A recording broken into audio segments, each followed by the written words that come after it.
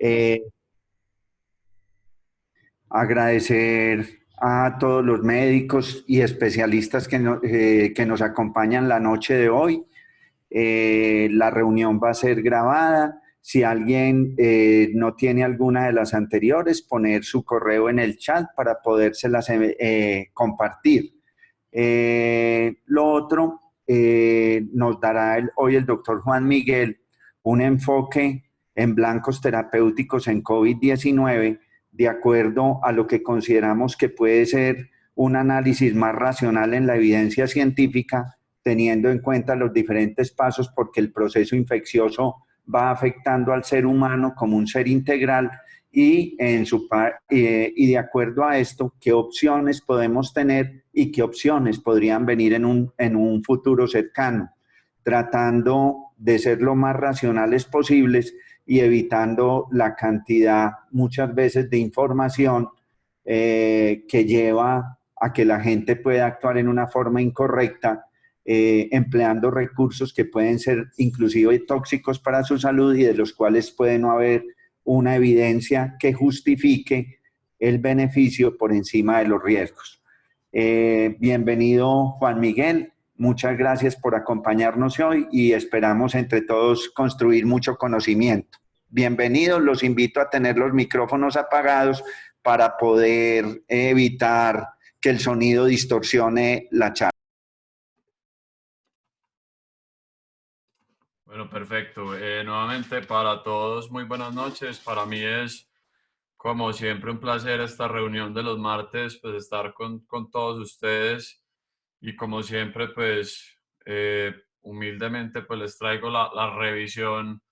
Obviamente puede haber algunos errores, inconsistencias, pero la idea es, por decir algo, plantear algunas cosas que van surgiendo, algunas cosas que se me van ocurriendo al revisar la diferente evidencia en torno a esta enfermedad pues tan reciente, y la idea es pues generar como puntos para basarnos en una discusión final.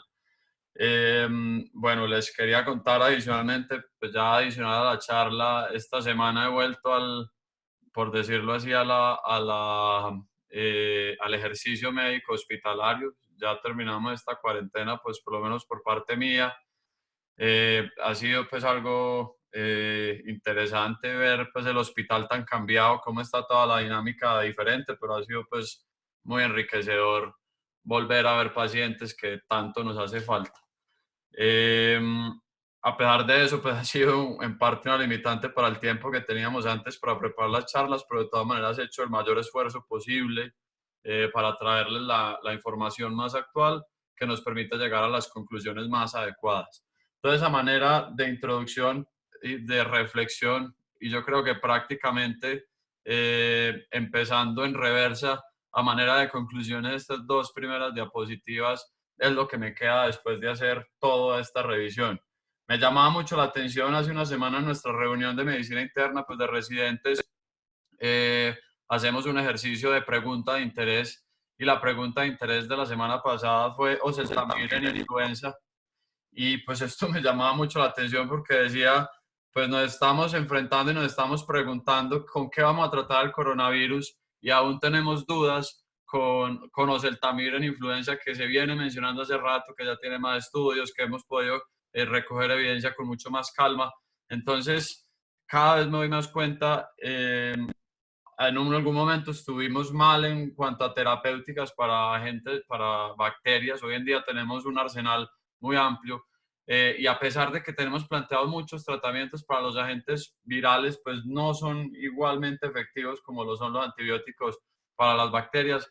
Entonces, en realidad estamos relativamente crudos en este arsenal antiviral que tenemos para plantear, y por eso pues nos vemos enfrentados a tantas dificultades, y yo creo que a poner la mente y a volar en tantos marcadores al enfrentarnos a una enfermedad tan mortal y tan peligrosa como la del coronavirus que estamos enfrentando actualmente. El otro llamado, y es en la misma línea que venía haciendo el doctor Tamayo, y es que hemos visto mucha especulación, mucha información falsa, y en muchos médicos que incluso pues, especialistas que se han basado, que no han revisado a veces la información, y más aún, más peligroso todavía, pues difusión mediática de algunos presidentes o de algunas figuras públicas que sin tener un claro conocimiento del trasfondo científico, pues han generado difusión, y pues es muy riesgoso. Pero nosotros como médicos y como personal de ciencia tenemos que tener bien claro qué pasa con cada medicamento, si en realidad sí hay evidencia, si en realidad sí hay una posibilidad desde la ciencia básica para explicar el funcionamiento. Entonces tenemos que estar muy claros en esto, y esto va de la mano obviamente de evitar desinformación. Nosotros tenemos que ser fuente de información adecuada. Desde un principio vimos cómo por un estudio pequeño que ya vamos a mencionar someramente, se acabó la hidroxicloroquina en todos lados, un estudio con mínimo rigor científico, y todo esto de la mano de desinformación, de cadenas de WhatsApp y de redes sociales que hay que tomar con mucho cuidado y remitirnos verdaderamente al ejercicio científico. El otro punto que es bien interesante analizar es el uso compasivo de medicamentos. Es otro punto que me llama mucho la atención. En realidad, pues esto es un término que sale más o menos de un fast track que organiza la FDA para sacar medicamentos en situaciones específicas, pero en realidad esto tiene varios problemas, porque el uso compasivo de medicamentos nos puede llevar a conclusiones que no son epidemiológicamente correctas, y ya vamos a analizar, por ejemplo, el caso del Redesmivir, que es el estudio inicial que habló y que dio soporte a esto fue de uso compasivo, y en realidad esto puede llevar a conclusiones muy equivocadas, y el nivel de evidencia no es muy bueno, porque yo tengo un paciente que está crítico, le voy a dar un medicamento. Si el paciente se muere, pues yo digo, fue porque estaba crítico, y si el paciente se mejora, pues yo digo, mira, encontré un medicamento milagroso. Entonces, es de tener con cuidado esto. La otra cosa, teniendo en cuenta ya en las consideraciones generales del tratamiento para esta entidad, es que en primer lugar tenemos muchos perfiles de pacientes, es decir, va a haber un grueso que vamos a tratar de describir en esta charla, pero hay muchos perfiles, los pacientes van a variar mucho, y ya estará en el arte médica, más aún en estos momentos de incertidumbre científica, estará en el arte médica de cada uno, pues encontrar qué perfil es, identificar qué posible beneficio va a tener de los diferentes manejos, y yo creo que en realidad esta es una de las grandes finalidades de esta charla, y que en realidad pues cabe aclarar que está más enfocada al tratamiento de control del virus, de manejo de la inflamación, es decir, de propuestas para el tratamiento de los ejes que planteábamos la semana pasada, y no vamos a tocar pues, otros temas que tienen tanto valor como es el manejo de la ventilación, el manejo de dispositivos de ventilación, y gran cantidad de temas pues, que rodean el coronavirus en la parte cardiovascular, en la parte de embarazada, que ya hemos conversado antes, pero que ya es un tema demasiado extenso. Entonces hay que tener en claro que hay muchos perfiles de pacientes, y que va a estar en la consideración de cada uno pues definir cuál es el mejor tratamiento, pero aquí nos vamos a referir al grueso de ellos para dar pues unas nociones que sirvan a la gran cantidad de los pacientes que nos vamos a enfrentar. En esta misma línea de ideas no hay una receta exacta, pero sí hay unas opciones, y como vimos hay un comportamiento que nos puede guiar a las opciones terapéuticas. Otra aclaración que quiero tener muy claro, y si entendemos esto, entendemos por qué hay mucha evidencia falsa y por qué hay muchos temas pues, que se discuten falsamente, y es que in vitro no es igual a efectividad clínica. Y esto se ha repetido en muchos tratamientos. La gran mayoría de tratamientos planteados tienen una plausibilidad desde la bioquímica y desde las ciencias básicas. Y por esto, pues si yo expongo al virus in vitro, va a tener diferentes respuestas y diferentes efectividades. Pero llevar desde un experimento químico al cuerpo humano y a los tejidos humanos es muy diferente a esto. Entonces, un medicamento que funcione in vitro no va a funcionar el 100% de las veces en la clínica. Es obviamente sirve para plantear una hipótesis, pero no es directamente una extrapolación a la clínica. En realidad no es una tarea fácil. Les cuento que de las revisiones que he hecho, esta ha sido la que me ha puesto más a botar cabeza, a leer artículos, y en realidad pues traté de traerles lo más actualizado y revisarles lo más útil de lo que más se ha hablado para que tengan, pues, para que discutamos y para que haya un fundamento científico. Pero en realidad no es fácil hacer esta revisión, porque además es un poquito decepcionante ver cómo no hemos encontrado todavía una evidencia fuerte para ninguno de los tratamientos que desde la fisiología suenan muy plausibles y muy bonitos. Pues en realidad no hemos encontrado muchas cosas, y muchas veces, como ya les voy a explicar en una diapositiva siguiente, varios de los tratamientos están entre la espada y la pared, nos dan un beneficio por un lado, y nos dan otro riesgo por el otro. Eso es claro en cualquier medicamento, pero en este caso va a ser un poco más estrecho ese límite entre beneficio y generar daño, que pues en realidad evitar el daño en el quehacer médico es uno de nuestros principios.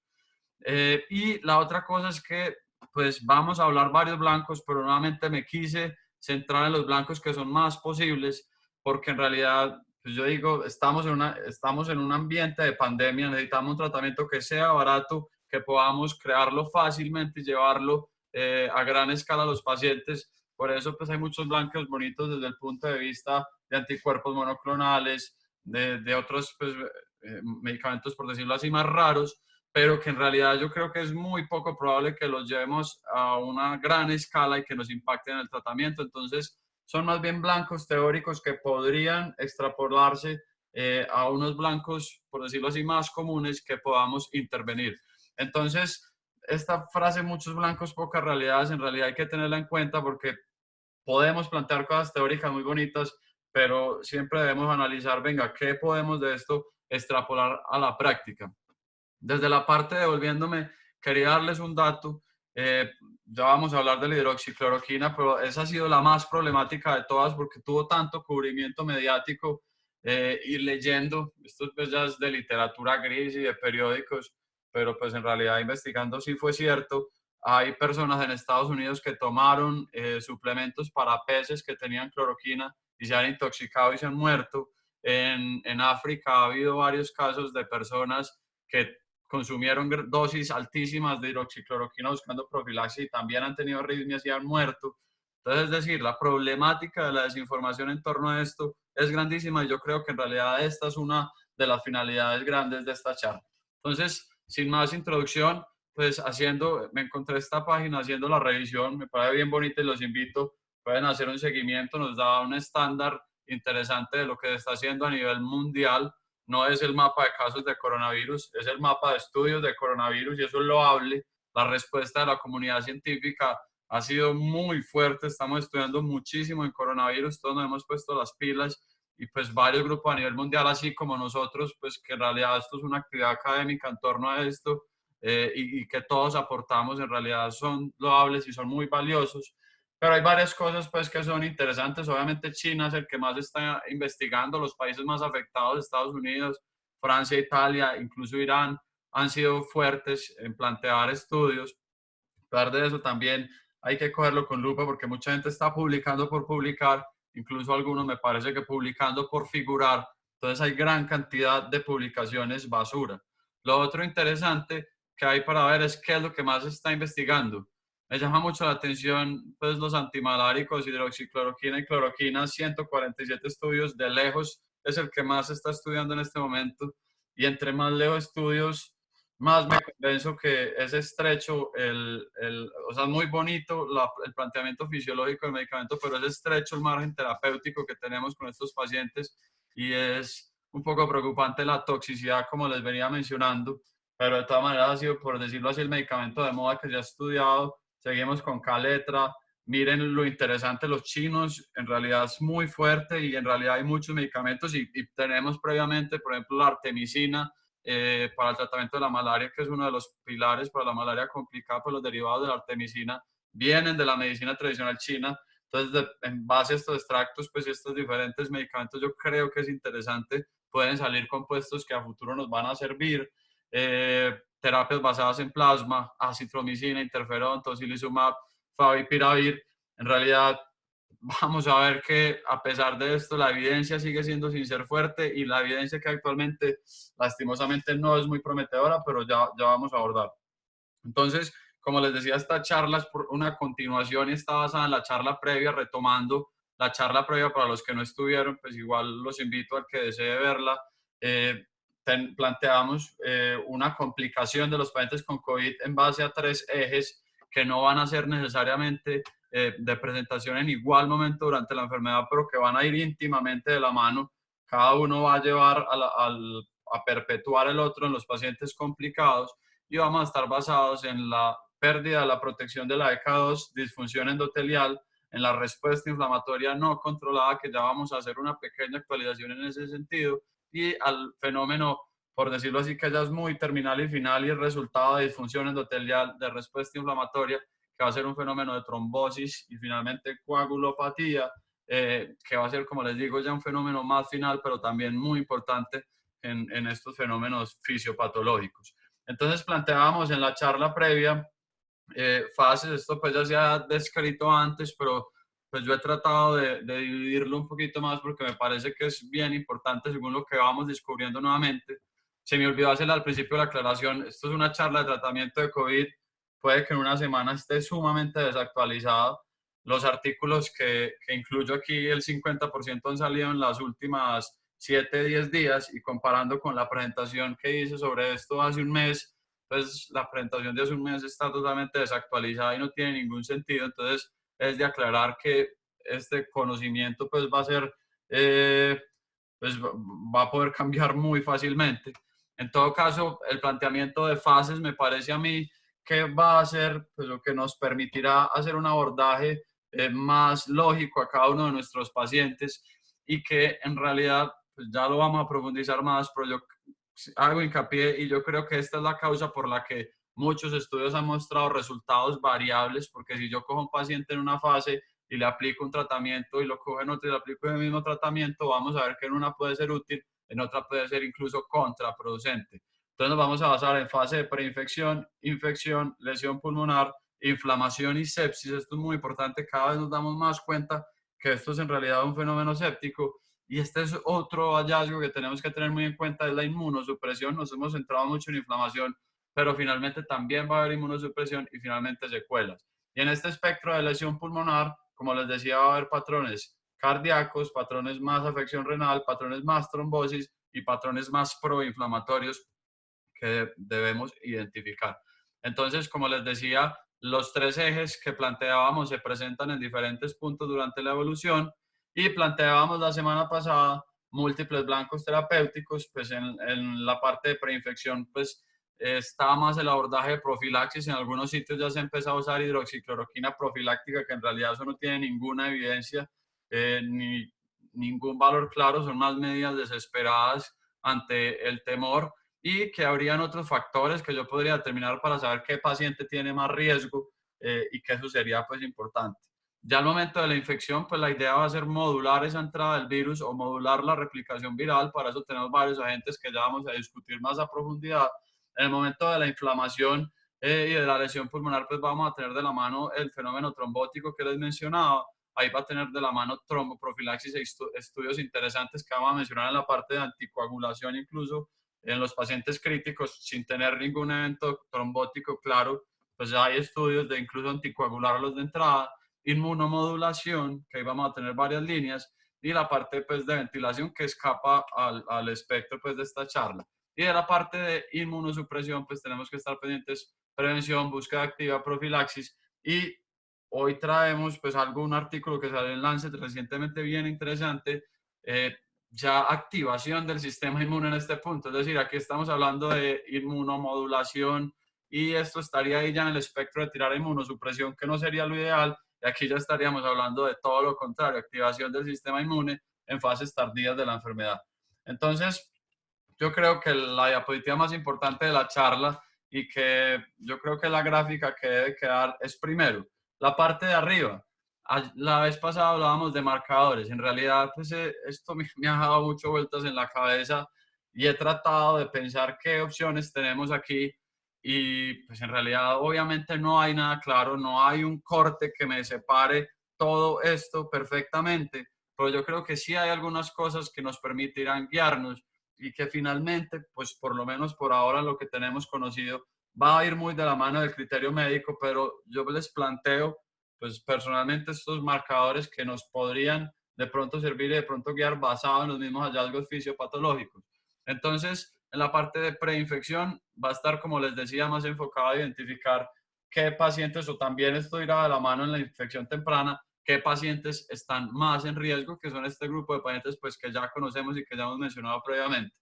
En la parte de infección, pues obviamente tendremos que determinar qué pacientes, a pesar de que estén estables, vamos a identificar que tengan un riesgo mayor de complicarse a largo plazo y posiblemente sean pacientes que digamos, venga, se beneficia más de una terapia antiviral más agresiva este grupo de pacientes, que juntando estos riesgos y estos factores iniciales de mal pronóstico, pues se beneficien más de una terapia antiviral agresiva para evitar lesión pulmonar, evitar inflamación y sepsis, es decir, frenar el evento desde acá con una terapia antiviral agresiva y temprana. La clave es temprana, incluso estaríamos hablando de las primeras, ojalá 24 horas, que es casi imposible, pero ojalá 48 horas. Vamos a ver que no hay estudios en este grupo de tiempo, pero yo creo firmemente que el impacto grande de los moduladores de la respuesta viral va a estar en este tiempo. Entonces, obviamente, predecir qué pacientes tienen más riesgo nos va a beneficiar en este sentido.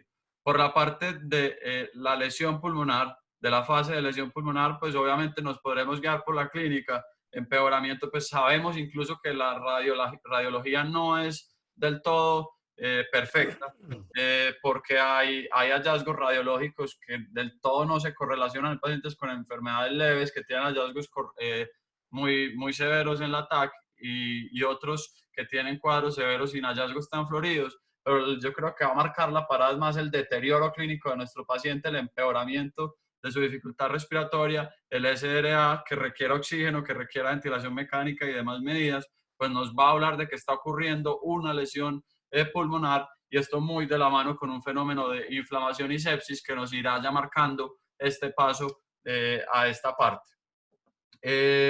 Entonces, ya en la parte de inflamación, pues es más complejo, pero tenemos varios marcadores que hemos identificado y que, por ejemplo, nos podemos ayudar mucho de la tormenta de citoquinas, que como ya hablábamos, yo considero que no es una tormenta de citoquinas, sino más bien una sepsis, y el artículo que salió de Lancet cada vez nos da más luces en ese sentido y soporta más ese concepto, pero de todas maneras nos podríamos basar porque el perfil de citoquinas, a pesar de que no es una respuesta tan marcada, a pesar de que clínicamente no se va a comportar en todos los casos como una tormenta de citoquinas, obviamente en algunos, entiéndanme que no es de polarización, sino que es claramente un espectro.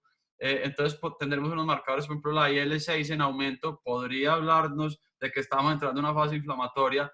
Yo creo que esta parte clínica es bien interesante. La fiebre persistente, si usted va a las series tradicionales, la fiebre no pasa mucho de los 3, 4 o 5 días. En cambio, los pacientes en tormenta de citoquinas o con este perfil sí tienden a tener fiebres más prolongadas hasta los 10 días, hacia fases de mayor severidad. Entonces, la fiebre persistente puede hablarnos de un paciente que está haciendo un fenómeno inflamatorio. La ferritina, obviamente, en los síndromes de activación de macrófago y demás síndromes de tormenta de citoquina es un marcador importante, y aquí lo hemos visto también relacionado. Las troponinas como disfunción cardíaca, que puede estar en relación a este mismo fenómeno inflamatorio, disfunción endotelial, y que nos esté hablando de que estemos en esta fase. De la misma manera, la CPK, la LDH, que puede estar elevada leve en la fase de infección, puede empeorar. Los criterios de CID-like, hablábamos de la semana pasada cómo había un comportamiento de CID, pero que claramente no era del todo una CID, pero pues en realidad ya vamos a ver cómo estos criterios pues pueden incluso extrapolarse a unos marcadores pronósticos de inflamación y de ya un fenómeno final de trombosis en estos pacientes. Y la viremia en descenso pues también nos podría hablar de que hay una modulación, que hay una respuesta inflamatoria pues mucho más marcada, que está en cierta manera modulando esa respuesta viral, y podría ser un marcador no tan fuerte como los otros, pero eventualmente podría ser. Y ya la fase de inmunosupresión, pues hallazgos clínicos de sobreinfección, procalcitonina que se esté elevando. Estos pacientes hemos visto que no elevan procalcitonina, es un marcador que pudiese ser útil para diferenciar, a pesar de que hay algunos reportes, con esto no hay nada del todo cierto, algunos reportes de que tardíamente elevan procalcitonina. Pues yo diría, no es claro si es que en esta fase de inmunosupresión en realidad se estén infectando. Y L6 que va en descenso, y L10 que tiene un papel inmuno supresor de cierta manera que vaya en aumento, y linfopenia que puede ser un marcador temprano, pues que también sea persistente, puede hablarnos de esta fase de inmunosupresión. Entonces, en esta misma línea de ideas, tendríamos que otro concepto bien importante es que los medicamentos van a ser útiles en ciertas fases, no en todas ellas. Y yo creo que esta es la gran dificultad que nos enfrentamos desde la evidencia. Si yo uso un medicamento en el punto inadecuado, no me va a servir. Entonces, depurar las muestras epidemiológicas para evaluar claramente cada uno de estos pacientes en cada una de estas fases es muy difícil, si no imposible. Entonces yo creo que por eso nos vemos abogados a usar una nueva medicina más artística, basada en el criterio propio, basada en la individualización de cada paciente, en la identificación de cada uno de ellos y basado obviamente en la fisiopatología de base. Yo creo que obviamente eso está sujeto al error. Sabemos que el empirismo en medicina está sujeto al error, la incertidumbre está sujeta al error, pero yo creo que los estudios están quedando tan mal hechos por estos mismos factores que me parecería que el mismo conocimiento claro de la enfermedad, del funcionamiento de cada una de las opciones terapéuticas, yo creo que sería básico para la toma de decisiones y que si entendemos claramente esto, vamos a poder aportarle una mejor opción a nuestros pacientes. Entonces, por ejemplo, el ejemplo de los IECAS ARA2, pues por eso se ha discutido tanto. Es claro que el consenso actual es no quitarlos, pero también es claro que los IECAS ARA2 pueden aumentar los niveles de K2 en la superficie de las células y esto puede aumentar la entrada y lo tendríamos más bien como un factor. Pero lo que les quiero hablar es lo interesante, o sea, no mencionarlo claramente como una terapia o como un medicamento a evitar, sino como un medicamento puede funcionar distinto en las diferentes fases. Miren, tan estrecho, preinfección, pero una vez el virus entra, induce regulación a la baja de esa de K2 e induce daño pulmonar mediante esos niveles bajos de K2. Entonces, modular esto y aumentar esos niveles de K2 podrían ser útiles para prevenir el desarrollo de la lesión pulmonar en esta fase de infección temprana. Podrían ser útiles y son un posible blanco. No hay evidencia, se está estudiando los sartán, por ejemplo, eh, pero lo traigo más es como un modelo para que me entiendan el concepto. Glucocorticoides en fase aguda de infección o tocilizumab serían claramente lesivos, aumentarían viremia, aumentarían daño y más desarrollo de lesión pulmonar y eventualmente de manera paradójica inflamación, pero en esta ventana de lesión pulmonar, ya una vez empiece a haber fenómeno inflamatorio y sepsis, pues tendrían un valor terapéutico que es claro y ya vamos a analizar este punto, pero si yo me paso ya esta fase luego de la fase inflamatoria o en fase de inmunosupresión, puede que vuelvan a tener un fenómeno lesivo. Antivirales, hidroxicloroquina, plasma, si los usamos bien tempranamente, sobre todo en este pedazo temprano, yo creería que pudiesen tener un efecto favorable y como hemos visto, los estudios que nos han mostrado promedios de inicio, los más tempranos, 9, 12 días de inicio, estamos en una zona gris que no nos muestran beneficio de casi ninguno de estos medicamentos, por lo menos los estudios que se acercan a una metodología un poco más decente. Y este es el concepto nuevo que les traigo, por ejemplo, el nivolumab o activación de IL-7, pues en teoría nos podrían reactivar este sistema inmune en este punto y tener un valor en esta fase final de la inflamación y en esta fase inicial de inmunosupresión. Nuevamente, lo que les decía, blancos interesantes, practicidad no creo que mucha, pero nuevamente esto es más un modelo para que quede claro que cada una de las opciones terapéuticas va a tener un valor muy específico y que desde el punto de vista epidemiológico esto va a ser muy difícil de demostrar. Entonces yo creo, pues quise empezar prácticamente por la conclusión de la charla. Ya vamos a pasar a una fase que es un poquito más tediosa y es hacer una revisión. Pues la idea es hacerla un poquito rápida, aunque a veces esto es difícil, sobre todo para no cometer errores metodológicos, pero sí quería mostrarles como lo grande que hay, sobre todo con los medicamentos más mencionados, para en base a eso, pues plantear la discusión final de la charla y entre todos, pues tan grande público que tenemos, pues definir entre todos qué opciones vamos a brindarle a cada uno de nuestros pacientes en estos momentos, que es al fin y al cabo la conclusión de todo este trabajo que venimos haciendo, porque pues si no todo se nos va a quedar en el papel. Entonces, siguiendo esta misma línea de ideas, tenemos primera fase de infección. Entonces, para esta primera fase se han planteado varios blancos terapéuticos, unos muy obvios y al final veremos pues otros blancos que también son interesantes, muy interesantes desde la fisiología, pero que nuevamente la práctica va a ser difícil, pero los traigo más como viñetas de posibles opciones que tenemos y viñetas que nos permitan entender más los manejos pues en general. Entonces, como vemos, estos son incluso medicamentos que están aprobados desde antes y que se han planteado para muchos fenómenos virales. Como hemos visto, pues se han estudiado para esta infección más que todo lopinavir, ritonavir, cloroquina, hidroxicloroquina, favipiravir y hay algunos estudios con nitazoxanida. Hemos sacado aciclovir, ganciclovir, rifaviririna, Bueno, se me olvidaba Remdesivir, obviamente también lo hemos tenido, pero estos otros medicamentos, el Tamivir por su mecanismo de acción, pues este es más diseñado para influenza, por su mecanismo de acción pues de inhibición de la neuraminidasa que no está tan presente en la fisiología del SARS, pues no tendría un valor tan fuerte, sería más un medicamento para influenza. Y estos otros medicamentos con actividad para herpes virus, ganciclovir, aciclovir, penciclovir, pues tienen una característica, es que son análogos nucleócidos, similar al efecto del remdesivir y el del favipiravir, pero estos deben sufrir una activación que generalmente estamos asociados a los herpes virus y que no es tan fuerte en otros virus, entonces por eso no se ha hecho tanto hincapié porque en teoría no deberían tener tanta actividad. Con ribavirina ya vamos a hablar hacia el final, pues en realidad les adelanto que hay estudios, sobre todo en SARS, pues del 2002 y MERS,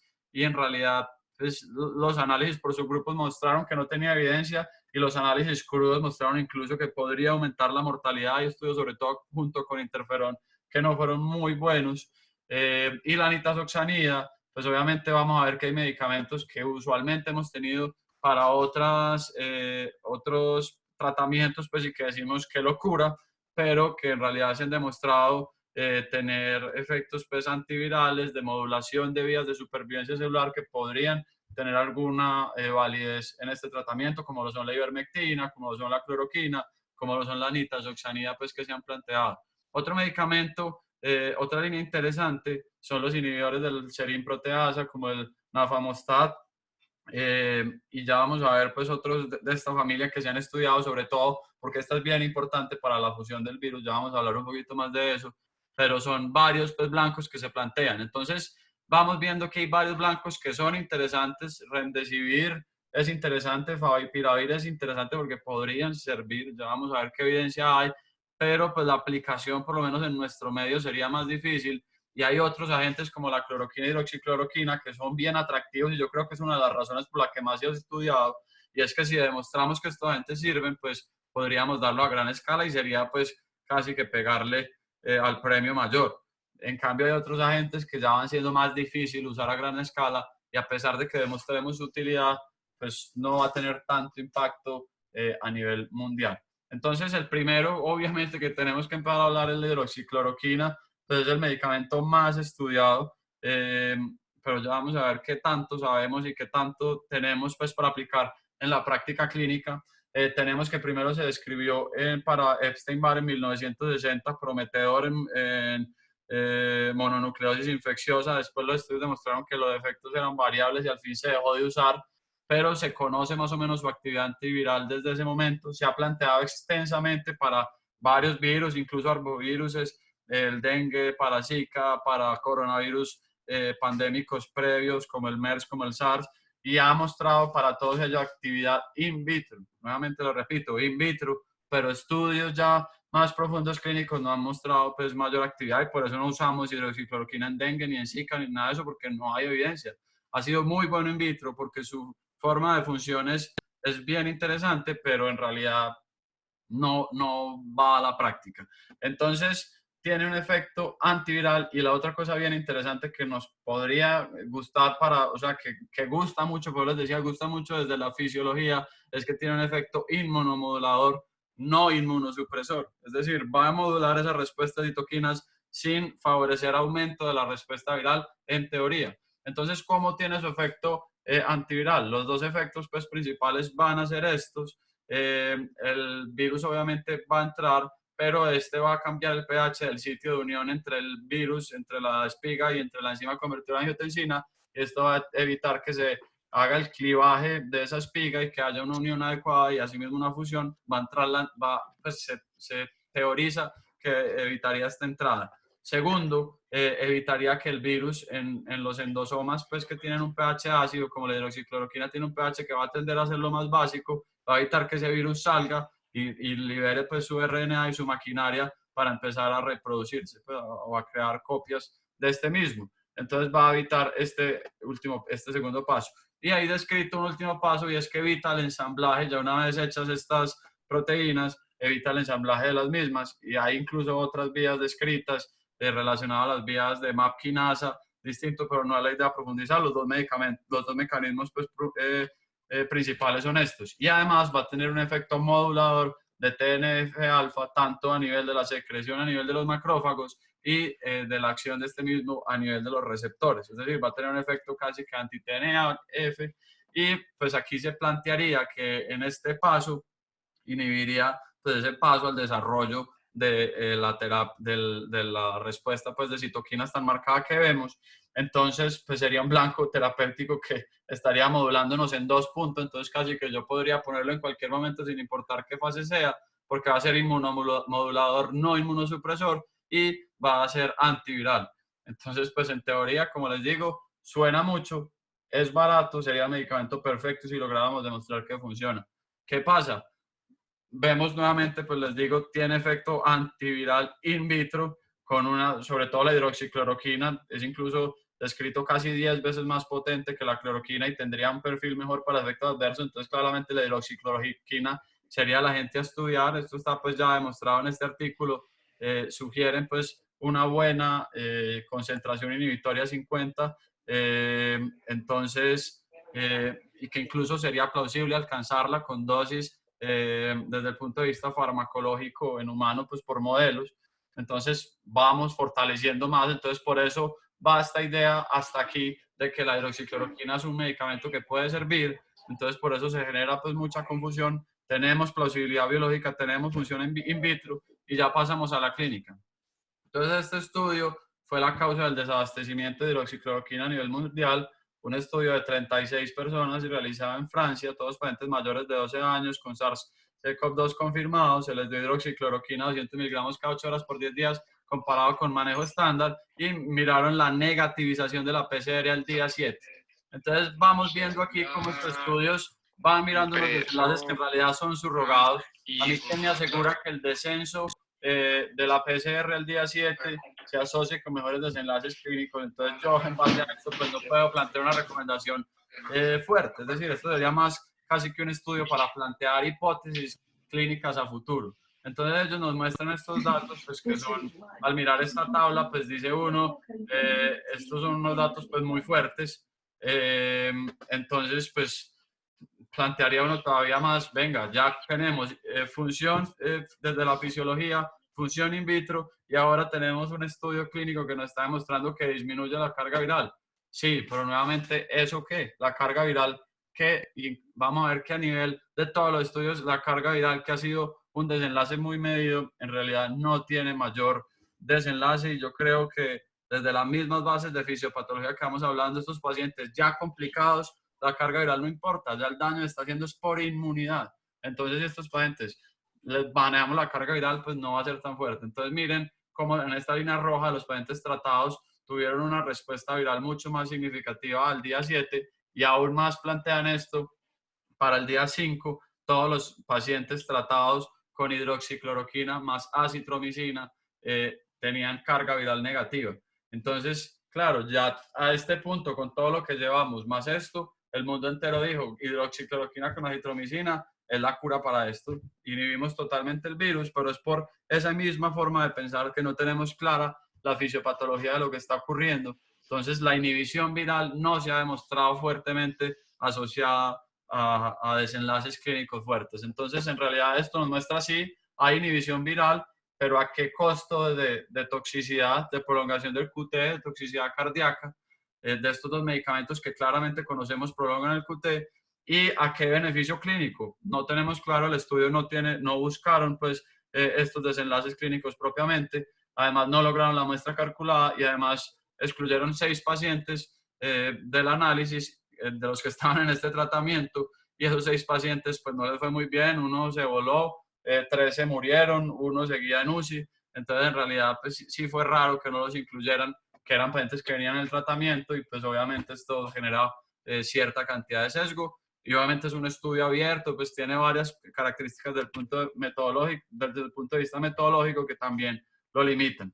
Pero entonces empiezan a salir, obviamente hay muchos estudios, vamos a hacer un análisis rápido de varios de ellos. La idea no es dormirlos acá con un montón de estudios pues, y de hacer una revisión pues, para epidemiólogos, pero sí dejar claro cómo, sobre todo, quería hacer hincapié en hidroxicloroquina. No crean que con todos vamos a hacer toda esta revisión, pero para que vieran cómo fue la evolución, porque hasta este punto, con el estudio francés, pues vamos diciendo la hidroxicloroquina con acitromicina es la panacea. Después, pues ya no en orden cronológico, pero van saliendo varios estudios adicionales. Este es bien interesante en Estados Unidos, seguimiento de una cohorte de veteranos, pues casi todos de ellos hombres, 368 pacientes. Ellos midieron desenlaces ya clínicos ya más valiosos, egreso hospitalario o muerte, y compararon hidroxicloroquina contra manejo estándar. Obviamente es un estudio observacional retrospectivo con las limitaciones que esto tiene, pero ellos encontraron pues unos hallazgos bien interesantes. Entonces evaluaron nuevamente un grupo de hidroxicloroquina, hidroxicloroquina, citromicina o no manejo pues con hidroxicloroquina.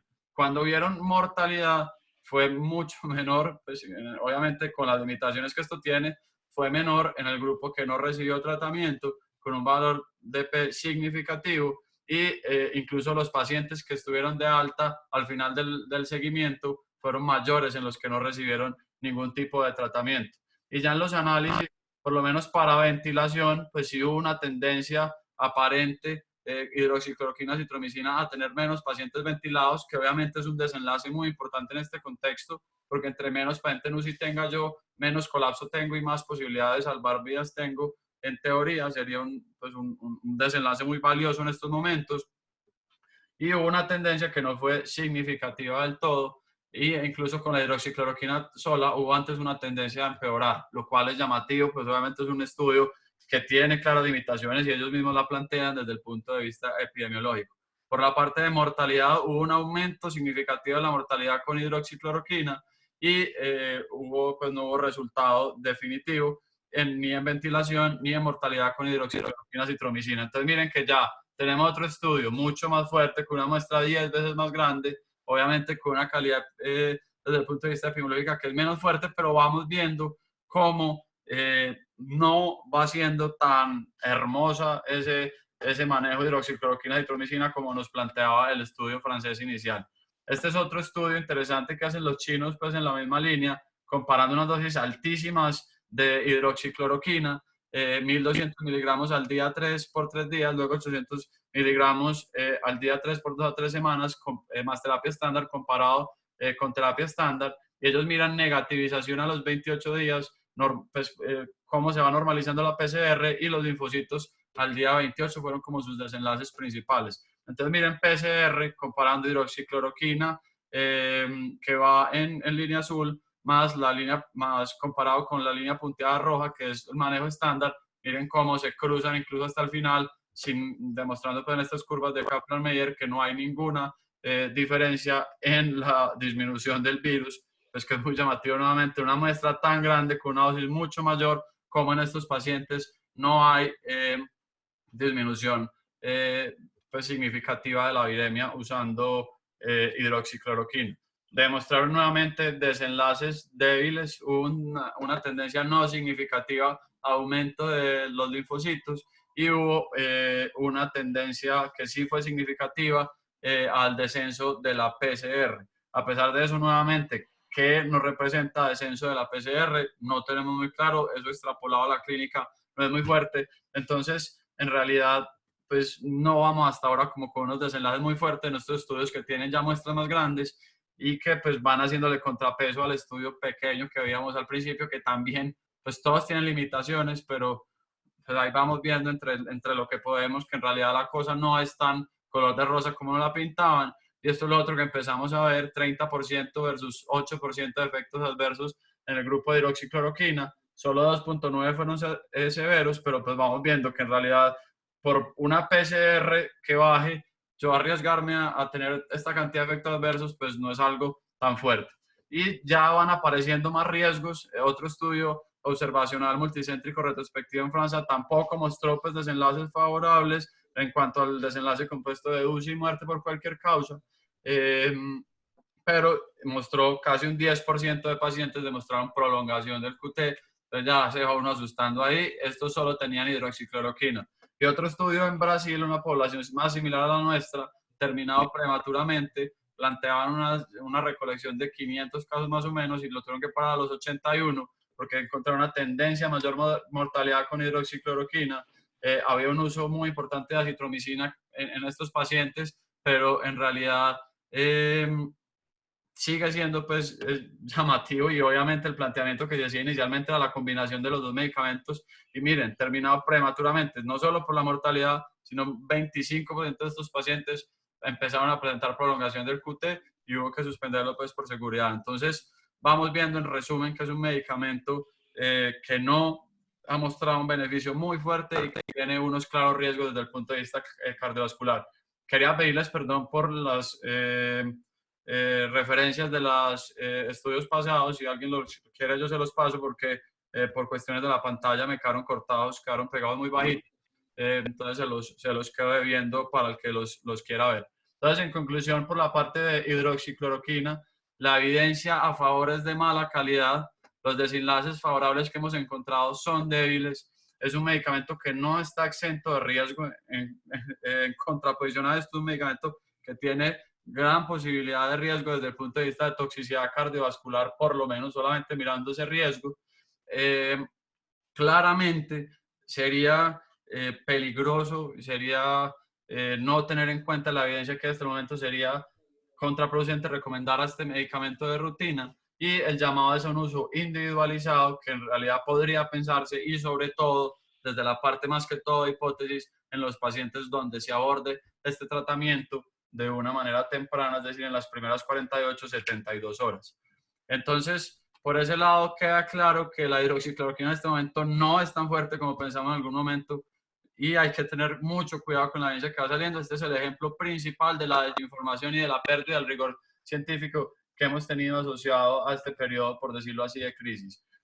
Siguiendo con el otro medicamento antiviral que más hemos mencionado, es el Remdesivir. También pues es un análogo sintético de nucleósidos. Va a entrar al RNA pues en el proceso de replicación de ese RNA, y esto va a limitar pues va a cortar esa cadena, por así decirlo, a hacer un nucleócido, perdón, que no permite que se adhieran pues más en la cadena. A pesar de esto, el virus tiene una enzima que va vigilando estos errores y los va cortando. Entonces, en teoría, podría haber, y en laboratorio se ha visto algo de resistencia al medicamento, y se ha probado, pues el laboratorio que lo sacó ha probado en varios de estos virus pandémicos para encontrar un nicho donde pueda servir, con resultados que han sido variables. In vitro obviamente también tiene actividad contra el SARS-CoV-2, y se ha demostrado pues propiamente con este mismo.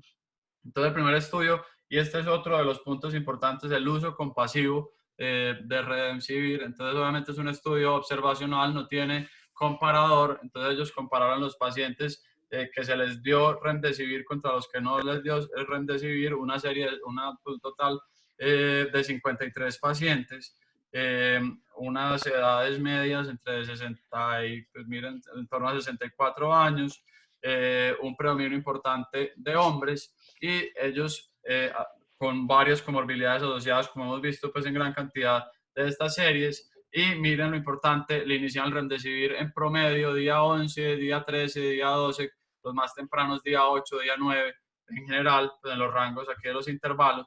Entonces vamos viendo cómo estamos abordando un proceso antiviral de manera tardía, cuando esto lo ideal sería darlo de manera temprana. Entonces, de todas maneras, estos pacientes críticos que tenían un importante grupo en ventilación invasiva, se les dio tardíamente este medicamento, y encontraron pues que hubo una mejoría. Pues hicieron esta escala que se ha usado mucho para medir desenlaces en coronavirus, encontraron que había una mejoría significativa en los diferentes grupos de pacientes, pero obviamente como no tienen comparador, pues el análisis que hacen ellos me parece un poquito sesgado, y en la letra pequeña es el principal patrocinador del estudio es Gilead, que es el que hace el Remdesivir. Entonces hay que tener mucho cuidado. A mí, o sea, la verdad no estoy afirmando nada, que haya alguna interés, pero sí no me parece que sea tan prudente que en un estudio patrocinado por ellos, que es un estudio que claramente no tiene fuerza epidemiológica, en la parte de conclusiones, pues hacen unas conclusiones que son un poquito agresivas para el resultado que ellos obtuvieron. Comparan con otros resultados de mortalidad de pacientes ventilados. Obviamente la mortalidad en esta serie fue del 13%, hubo mejoría en el estado de oxigenación en un 68%, y si usted lo compara con otras series, pues la mortalidad de pacientes en cuidados intensivos llega incluso al 50-70%. Entonces, pues ellos sacan ahí esas conclusiones y en realidad me parece que con un estudio observacional no puede llegar a unas conclusiones tan fuertes porque en realidad no es una muestra tan grande y tiene muchas limitaciones. Entonces, sí me preocupa que haya algo ahí de conflicto de interés en este estudio. Después salió este estudio un poquito más fuerte con Remdesivir, una muestra pues con una teorización 2-1, miren un grupo de Remdesivir 158 pacientes versus placebo, y en todos los desenlaces que ellos midieron, es decir, un estudio mucho más fuerte desde el punto de vista de,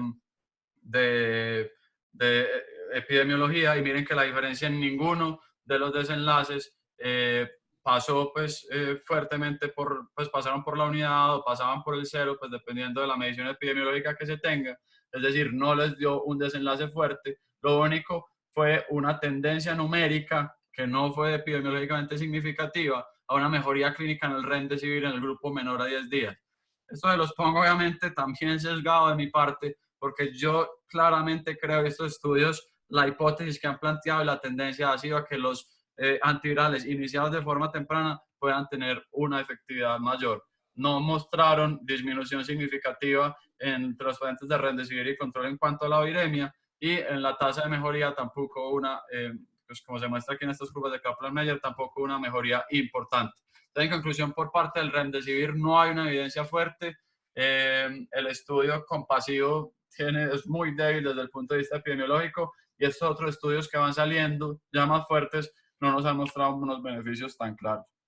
Lopinavir, ritonavir rápidamente, es un medicamento tradicionalmente usado en VIH, inhibidor de la proteasa. El ritonavir tiene pues más valor aumentando la vida media del lopinavir para favorecer su acción, y este fue uno de los estudios pues que se habló inicialmente del estudio Lotus, que se hizo en un hospital pues de Wuhan, 199 pacientes.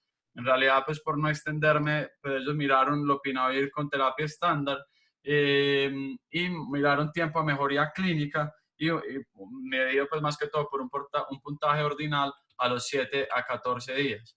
Entonces, vemos que en este grupo nuevamente, parecido a lo que veíamos en el estudio anterior, pues hubo, por ejemplo, en este desenlace, la mejoría clínica a los 14 días sí fue significativa a favor del lopinavir ritonavir, pero pues que gana uno si a los 28 días no fue significativo. Entonces en realidad no es tan fuerte en este sentido. La conclusión de este estudio fue que no había mayor diferencia, pero sí plantea la hipótesis de la posibilidad que estos pacientes hayan tenido algún beneficio en el subgrupo de los tratados en los primeros 12 días.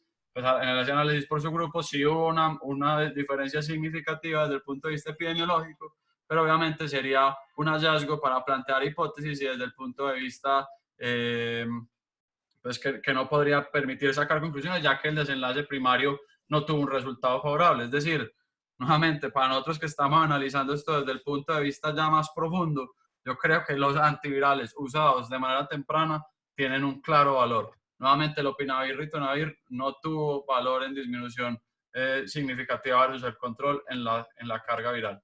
Entonces, la conclusión respecto a antivirales es que la evidencia es débil. Hasta el momento no ha sido favorable. Hay dificultad para recoger muestras de pacientes con cuadro de inicio reciente. Esto es debido a que los pacientes que estamos ingresando a los hospitales son pacientes con cuadros más severos. Entonces, los cuadros que apenas están empezando los hemos dejado, por decirlo así, de lado. Entonces, hay dificultad para recoger esta muestra, que yo creo que sería la que nos da más valiosa. Y lo que les mencionaba, la hipótesis sobre el posible valor de un inicio temprano. Plasma convaleciente, mencionarlo rápidamente.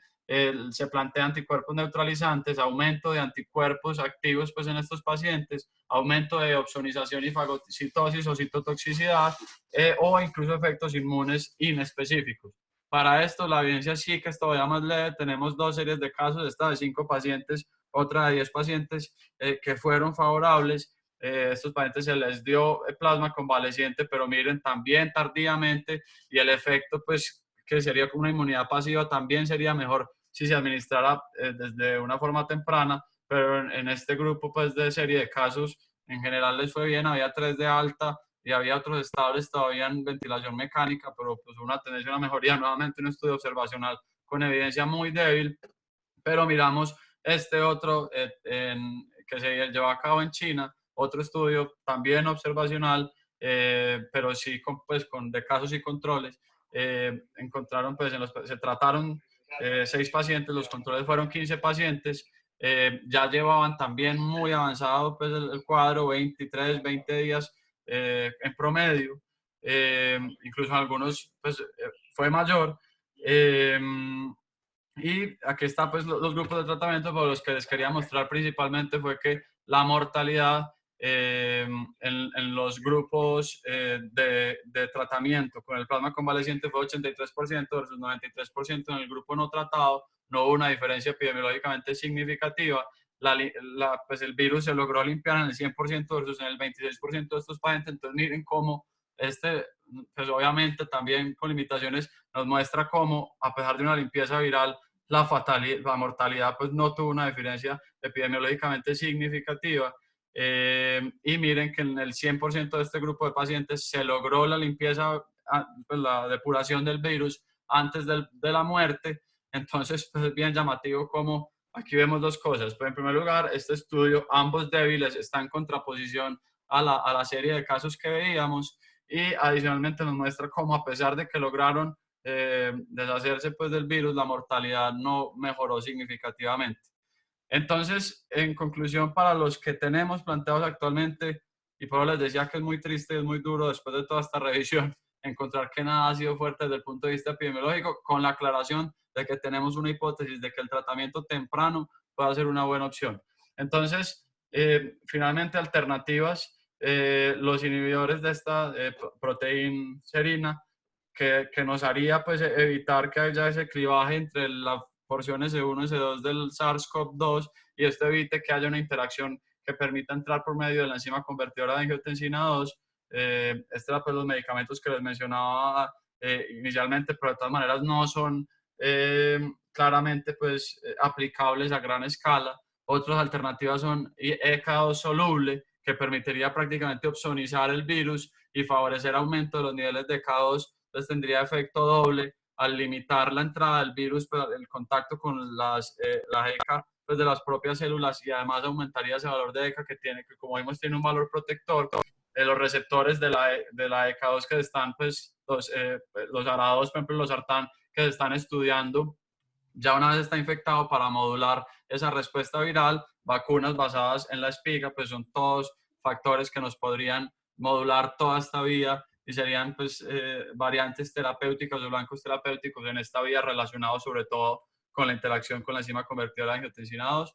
Estos son otros medicamentos pues nuevamente ya más difícil, Antagomir, inhibidores de la selectina, de la gamma selectina, pues esos son medicamentos más raros que nos ayudarían a generar prácticamente esto mismo de liberar más ECA2, opsonizar ese virus y aumentar la actividad de esa ECA2 en sangre, que podría ser interesante. Hay varios blancos desde ese punto de vista. Lo paso rápido solamente como por mencionarse. Ya en realidad esta fue la fase pues como más grueso de información que había. Ya vamos a pasar pues, esto un poquito más rápido. Este es el artículo del Lancet que les mencionaba, que es bien interesante, que salió recientemente en la última semana, y nos habla más de no considerar este caso como una tormenta de citoquinas, sino más simulando una sepsis, pero que a pesar de todo tenía características que la diferenciaban de la sepsis, era que la respuesta de citoquinas no era tan fuerte y que iban a tener un fenómeno de inmunosupresión mucho más rápido, mucho más severo y con incluso mayor riesgo teórico de infección. Entonces esto es bien interesante. Entonces, esta es una de las diferencias, pues, entre la IL-6 es menos marcada y la otra cosa es IL-6 es un factor, un marcador de inflamación, no es un agente. Entonces, desde ese punto de vista, el tocilizumab sí sería viable o no. Habría el papel que les planteaba al principio de activación del sistema inmune vía IL-7 o PD-1 inhibidores. Y la otra cosa clara es entender el COVID-19 como un fenómeno séptico. Y en esa línea de ideas, pues la base del tratamiento sería modular la infección desde las primeras horas, y como vimos, no tenemos esa opción, entonces por eso estamos viéndonos tan enredados. Posibles blancos desde el punto de vista de inmunosupresión o inmunomodulación, que sería lo ideal. El tocilizumab se ha usado pues desde el punto de vista de tormenta de citoquinas en artritis reumatoide o en terapias pues para el CART, que se asocia con tormentas de citoquinas como terapias para diferentes neoplasias hematológicas. hay estudios más que todo observacionales y en teoría plausibilidad, ya vamos a ver pues, rápidamente esto, y los glucocorticoides, que son un blanco, nuevamente, que es de doble filo, porque en cierto momento pues, antes nos podría empeorar el fenómeno inflamatorio y en otro momento pues nos podría modular esa respuesta, pero al tener su papel inmunosupresor tan importante, podría ser difícil usarlo, entonces deberíamos, lo ideal sería tener unos blancos más dirigidos, nuevamente, como les decía, el papel de la hidroxicloroquina, más inmunomoduladores que inmunosupresores. Los glucocorticoides los hemos vetado desde un principio, sobre todo porque ha sido muy estudiado en SARS y en MERS, con resultados que en realidad han sido variables, y lo mismo en SARS-CoV-2 han sido variables. Nuevamente, el problema de los estudios observacionales es que estos glucocorticoides en general se usan por los clínicos en pacientes que están muy graves, entonces nos lleva falsamente a creer que hubo asociación entre glucocorticoide en muerte y muerte, entonces hay mucha posibilidad de sesgo. Yo creo que no los deberíamos desahuciar del todo. Desde que empezó este coronavirus nos han dicho no use glucocorticoides, no use glucocorticoides, y en realidad yo creo que la cosa no es tan así. Pero finalmente lo mismo, con los dos no hay estudios de buena calidad. El anakinra también se ha planteado, inhibidores de Janus quinasa también se han planteado, pero yo creería nuevamente blancos interesantes, más poco prácticos. Entonces esta es una serie de pacientes que se les dio tocilizumab, pues por no alargarnos mucho, también observacional, 15 casos más que todo fueron hombres, se les dio tocilizumab en día cero y se siguió terapia con metilprednisolona a dosis alta. Algunos de ellos se les dio tocilizumab en dosis repetidas, y lo que encontraron pues fue bien interesante, pues en esta serie nuevamente solo 3 pacientes murieron de una serie de pacientes críticos.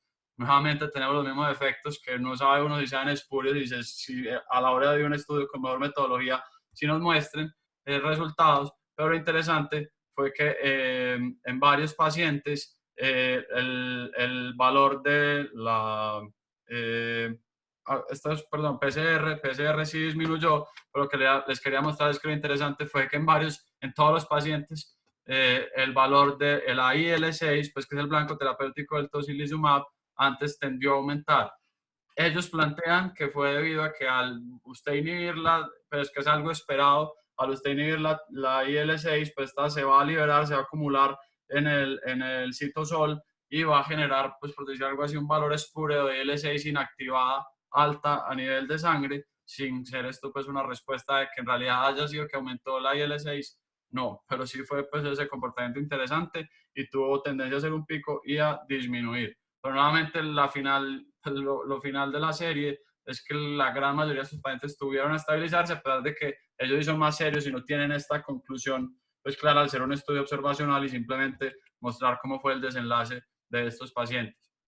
Esto nuevamente es la vía que ellos plantean de modulación. Hay otros blancos que son los inhibidores del Notch, que son, pues los plantean un grupo de personas que trabajan con cáncer y plantean esta opción, pero en realidad pues son blancos nuevamente muy poco posibles. Esto es otra terapia que se ha estudiado, lo planteo sobre todo porque tenemos entre la audiencia al doctor Carlos Muñoz, pues que en realidad quería que nos hablara más sobre esta parte del ozono y sobre esta opción del ozono. Yo creo que tenemos que estar abiertos a todas las terapias y todas las opciones posibles, y en realidad desde el punto de vista fisiológico, pues en lo que alcancé a profundizar, como ven es complejo, pero en lo que alcancé a profundizar tiene una gran plausibilidad, y esperaría que ahorita en la discusión nos dé su concepto y nos explique más a profundidad sobre esta parte del ozono. Y para finalizar, la tercera fase, coagulopatía y trombosis, pues realmente es una fase final de una conclusión de varias alteraciones que se van presentando. Representa claramente un fenómeno tardío. Lo que sí es claro es que las guías ahora nos recomiendan tromboprofilaxis a todos estos pacientes. Ya hemos visto que tienen toda la triada de Virchow y que son claramente procoagulantes, que son pacientes con claro riesgo. Todo paciente que se hospitalice, sin duda hay que ponerle tromboprofilaxis sin importar los otros factores de riesgo. Hay otro punto que ya también empieza a ser aquí polémico, y es anticoagular a los pacientes críticos. La semana pasada hablábamos de un estudio del doctor Tang de cómo la gran mayoría de estos pacientes críticos tenían criterios de C y D. Pues él ya sacó otro estudio planteando terapéutica en ese mismo nicho de pacientes, planteando la anticoagulación en todos los pacientes críticos como una opción de manejo. Y obviamente tenemos pacientes con perfil protrombótico severo que se van a escapar a esto y que claramente van a tener, como hablábamos en la semana pasada, van a tener una indicación de anticoagulación. Este es el estudio que les contaba el doctor Tang, sobre todo pues en Wuhan, él comparó y no encontró pues diferencias significativas entre los sobrevivientes y los no sobrevivientes que recibieron heparina, es decir, administración de heparina a dosis de anticoagulación para todo el mundo no va a tener un efecto significativo sobre un impacto pues sobre la mortalidad de estos pacientes, pero después hace este análisis bien interesante y es con el mismo score que determinó para calcular CID, encuentra que sí hay un desenlace significativo en los pacientes que tienen este score positivo para CID, sí habría una indicación, pues obviamente sí sugiere pues el estudio una indicación de heparina en este grupo de pacientes por un valor significativo de mejoría en estos pacientes. Y nuevamente también hace estudios según elevaciones del dímero D y encuentra que a partir de 6 veces el valor de normalidad y sosteniéndose hasta 8 veces el valor de la normalidad, encuentra de manera significativa que estos pacientes se podrían beneficiar de terapia anticoagulante. Entonces, nuevamente, esto lo pongo por dos razones, porque es una alternativa y porque nos va sirviendo este dímero D no solo de marcador de inflamación mal pronóstico, sino como predictor de esta cascada final de coagulación y de posibles pacientes que se beneficien incluso de dosis de anticoagulación sin tener ningún fenómeno trombótico, sino solamente basado en estos marcadores. Obviamente, como hago hincapié, ningún estudio de los que he hablado es fuerte, son solo teorías que se plantean para que cada uno analice, para que ahorita discutamos y planteemos claramente la terapia. Esto es lo mismo puesto de forma gráfica que estábamos hablando. Y la última parte, pues son nuevamente teorías, pero llevar a la práctica es difícil. Narsoplimab, un anti-MASP y eculizumab, también usado en la terapia del síndrome hemolítico urémico atípico, como modulación de esta cascada del complemento que lleva a activación de la coagulación en estos pacientes, como mencionábamos la semana pasada. Estudios con medicamentos con evidencia mínima tajantes hoy en esto. Ivermectina, famosísima en este momento, está cogiendo la misma fuerza, el mismo camino que la hidroxicloroquina, tiene una plausibilidad biológica en la misma línea que la hidroxicloroquina, modulando entrada, modulando pH, mostró actividad in vitro, pero de entrada les digo, si la hidroxicloroquina mostró buena actividad in vitro, la ivermectina mostró mala actividad in vitro.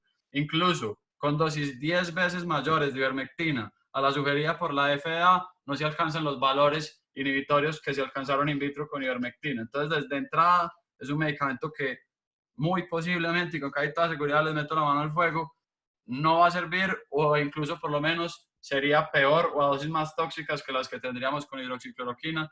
Yo la verdad no le haría mucha fuerza a esta opción. La citromicina ha mostrado algunas cosas, como les dije, pero el riesgo de toxicidad combinado con hidroxicloroquina es alto. El planteamiento desde la parte fisiopatológica es que sirva como prevención de infecciones y también por efecto teórico antiviral. Interferones no han sido muy estudiados en SARS-CoV-2, pero en coronavirus pasados no han tenido desenlaces muy favorables, sobre todo en combinación con ribavirina y también solos no han mostrado pues como un factor muy fuerte. En teoría, como hablamos la semana pasada, tiene un efecto antiviral, pero a la clínica nuevamente no ha sido fuerte. Inmunoglobulina intravenosa, como ustedes saben, es un pool de anticuerpos de varios pacientes y como nadie tiene anticuerpos, pues, o las inmunoglobulinas que tenemos ahora es poco probable que tengan anticuerpos contra el SARS coronavirus. Obviamente tienen papel desde la parte de inmunomodulación, pero desde la plausibilidad no es tan fuerte y no se está estudiando mucho. Ribavirina, lo mismo que les había dicho al principio, no es muy fuerte para no extenderme más.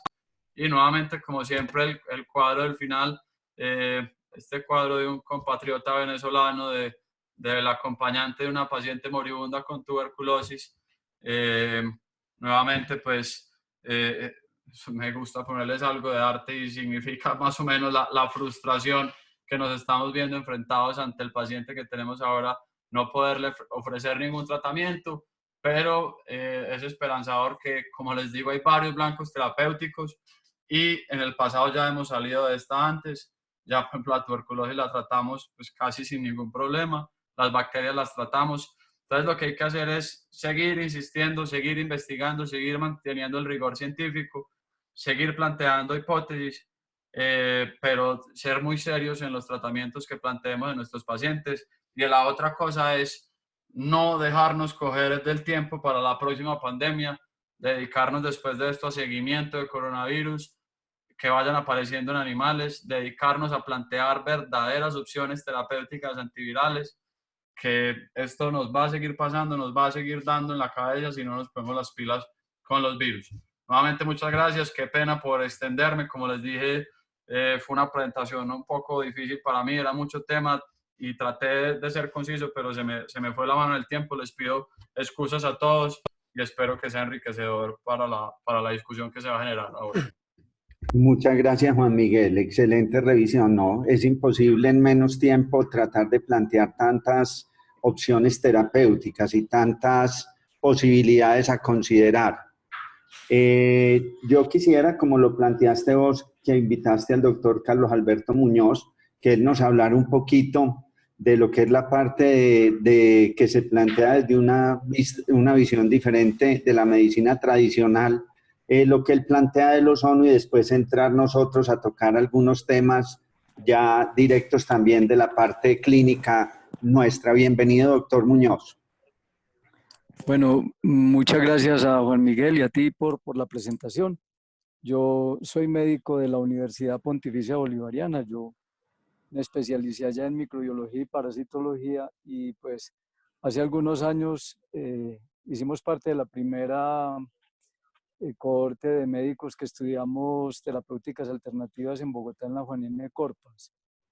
Lo de la terapia con ozono es muy interesante porque realmente la técnica de ozonoterapia que se podría utilizar en una infección viral está probada desde 1974. El ozono, pues como tal, es un gas que tiene uso medicinal y que de la misma manera que el óxido nítrico, que es un gas y tiene efectos en el sistema inmune, el ozono como gas también tiene efectos en el sistema inmune. Ha habido, digamos, una reticencia al uso del ozono porque no ha habido como una casuística y unos estudios científicamente llevados y porque en una época el ozono se utilizó en la forma gaseosa. Pero a partir del 74 dejó de utilizarse en forma gaseosa y se empezó a mezclar la sangre con el ozono. Entonces, la mezcla de sangre y ozono en un dispositivo específico, que es muy parecido como a lo que se hace en una diálisis. Se le saca en un circuito cerrado un volumen de 150 centímetros de sangre al paciente, se mezcla con 150 centímetros de ozono en una concentración que se ha establecido como de 30 microgramos por mililitro de ozono. Ocurre en el dispositivo la mezcla de sangre y ozono y nuevamente se le reinfunde la sangre al paciente. Se puede utilizar, digamos, una anticoagulante como heparina para lograr que la sangre pues, se mantenga fluida en el circuito. ¿Qué se ha encontrado con el ozono? Dos efectos interesantes. El uno, que tiene un efecto bactericida o virucida. Por ejemplo, en los virus que son envueltos, ocurre una hiperoxidación de la envoltura del virus y eso inmediatamente los inactiva. Ya eso se ha probado, no para decir que es tratamiento para herpes, sida o hepatitis B, pero sí se ha probado en esas enfermedades y se ha encontrado, como decía ahora Juan Miguel, por lo menos in vitro, inactivan los virus. La propuesta que nosotros tenemos es que existe una inactivación del virus en la sangre del paciente por efecto del ozono y que esa inactivación le va a permitir al sistema inmune encontrarse con un virus que al perder la envoltura va a perder la capacidad de ataque sobre el sistema inmune y lo vamos a utilizar como antígeno. O sea que, digamos, la utilidad del ozono aquí podría inducir un efecto de vacuna si el paciente tiene en ese momento viremia. Pero hay un segundo aspecto interesante y es que el contacto inmediato del ozono con la sangre hace que el ozono se convierta en agua oxigenada, que nosotros sabemos que durante los mecanismos de fagocitosis y la degradación lisosomal de cualquier partícula infecciosa, pues hay una producción de agua oxigenada. Esa producción de agua oxigenada desencadenada por el ozono va a provocar una respuesta inmune en tres células presentes en la sangre. En las plaquetas va a favorecer la liberación de factores de crecimiento, en los glóbulos blancos va a favorecer la liberación de la tirosinquinasa y con eso la desregulación del factor nuclear kappa beta. Y, y en los glóbulos rojos va a aumentar los niveles de 2,3-DPG, lo que va a mejorar el aporte de ozono de oxígeno a los tejidos. Pero hay un efecto tardío del ozono que no tiene que ver con la producción de agua oxigenada, sino con la lipoperoxidación de los ácidos grasos omega 6 y omega 3 que viajan unidos a la albúmina. Químicamente se llaman aductos de la albúmina. Y de los ácidos grasos de las paredes celulares, digamos en este caso de los glóbulos blancos, de los eritrocitos. Y esa lipoperoxidación va a producir lo que se denominan alquenales. Hay dos tipos de alquenales, el hidroxinonenal y el hidroxihexenal. Esos alquenales, en la dosis que se desencadenan cuando se aplican los 30 microgramos de ozono por mililitro, van a ser moduladores de la respuesta oxidativa. Entonces van a desencadenar la síntesis celular del NFAT.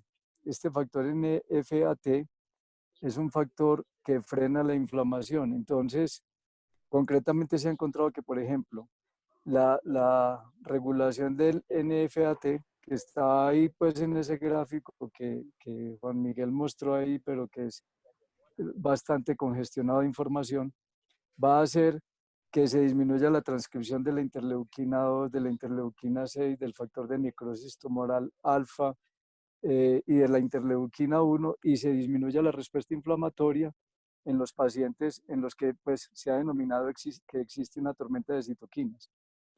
Ese tipo de tratamiento ya se ha probado.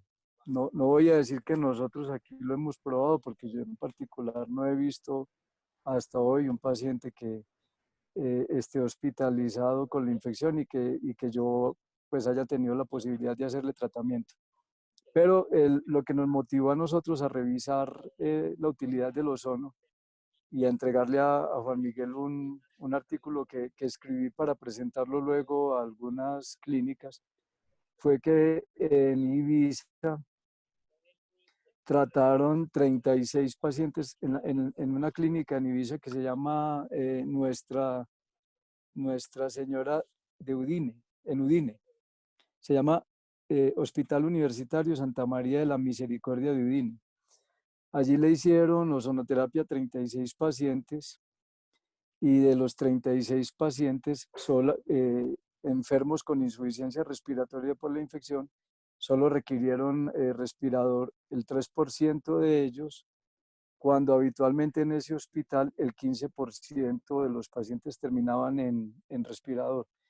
Entonces eso motivó a que en este hospital se siguiera haciendo ozonoterapia a los pacientes y hay experiencias equivalentes en España y esperamos, digamos, que aquí tengamos la oportunidad, con la bibliografía soportando lo que yo estoy diciendo, de tener algunos pacientes en los que podamos hacer dos cosas. La primera, obtener sangre venosa, mezclarla con ozono y reinyectarlo a modo de autovacuna. Se utiliza intramuscular. Se sacan 5 centímetros de sangre, se mezclan con 5 centímetros de ozono, se agita en la jeringa la mezcla sangre-ozono y se reinyecta intramuscular al paciente. Eso a modo de autovacuna para hacerlo siquiera una semana en pacientes que, digamos, se les haya diagnosticado la enfermedad, pero que no tengan COVID, que simplemente sean, que tengan viremia, pero que todavía no tengan enfermedad.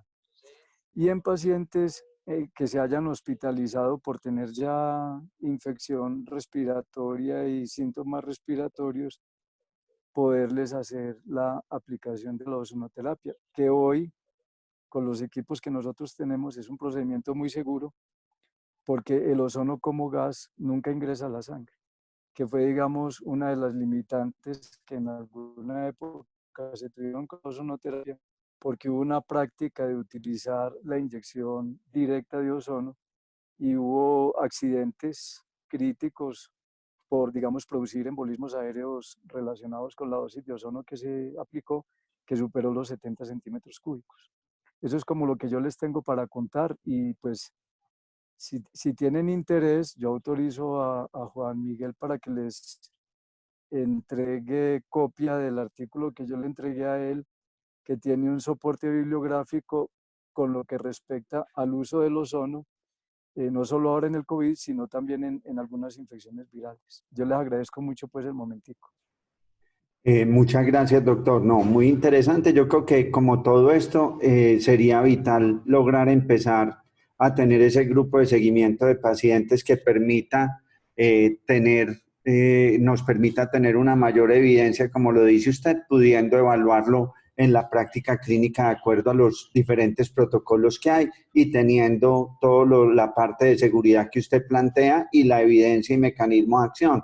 Yo creo que es el momento, como se está haciendo con otras terapias, de poder buscar hacer una implementación y un seguimiento que nos permita valorar la traducción o realmente la evidencia de la parte biológica a la parte ya clínica, que es donde realmente estamos un poco más colgados en el momento actual. Mucha evidencia se nos ha planteado de mecanismos de acción a nivel molecular, pero como mostró Juan Miguel en lo otro, no tenemos los mismos resultados y esta puede ser una buena alternativa también a considerar con muy bajos efectos secundarios con relación a muchos tipos de antivirales. Perdón. Sí, le quería contar una cosa. Como el efecto del ozono es inducir estrés oxidativo, digamos que nosotros químicamente conocemos el ozono porque pues cualquiera sabe que es uno de los contaminantes ambientales más relacionados con la enfermedad pulmonar crónica en las ciudades. Pero en este caso no lo vamos a utilizar por vía inhalada, sino mezclado con sangre. Y si, digamos, el estrés oxidativo puede dar síntomas en los pacientes como náuseas, como tos, revertir el efecto es muy fácil aplicando N-acetilcisteína y vitamina C, que son dos medicamentos pues que corrientemente se utilizan en medicina en otros ámbitos. Correcto, doctor. Muchas gracias. A usted, doctor Tamayo. Quisiera, de pronto, ¿qué opinión nos podría dar el doctor Melgarejo frente al papel de la anticoagulación y si él la considerara, en qué momento consideraría utilizar o anticoagular estos pacientes y por cuánto tiempo sería prudente? Bueno, buenas noches, muchas gracias. Pues yo en la parte clínica, pues ya no estoy en cuidado intensivo, no veo pacientes.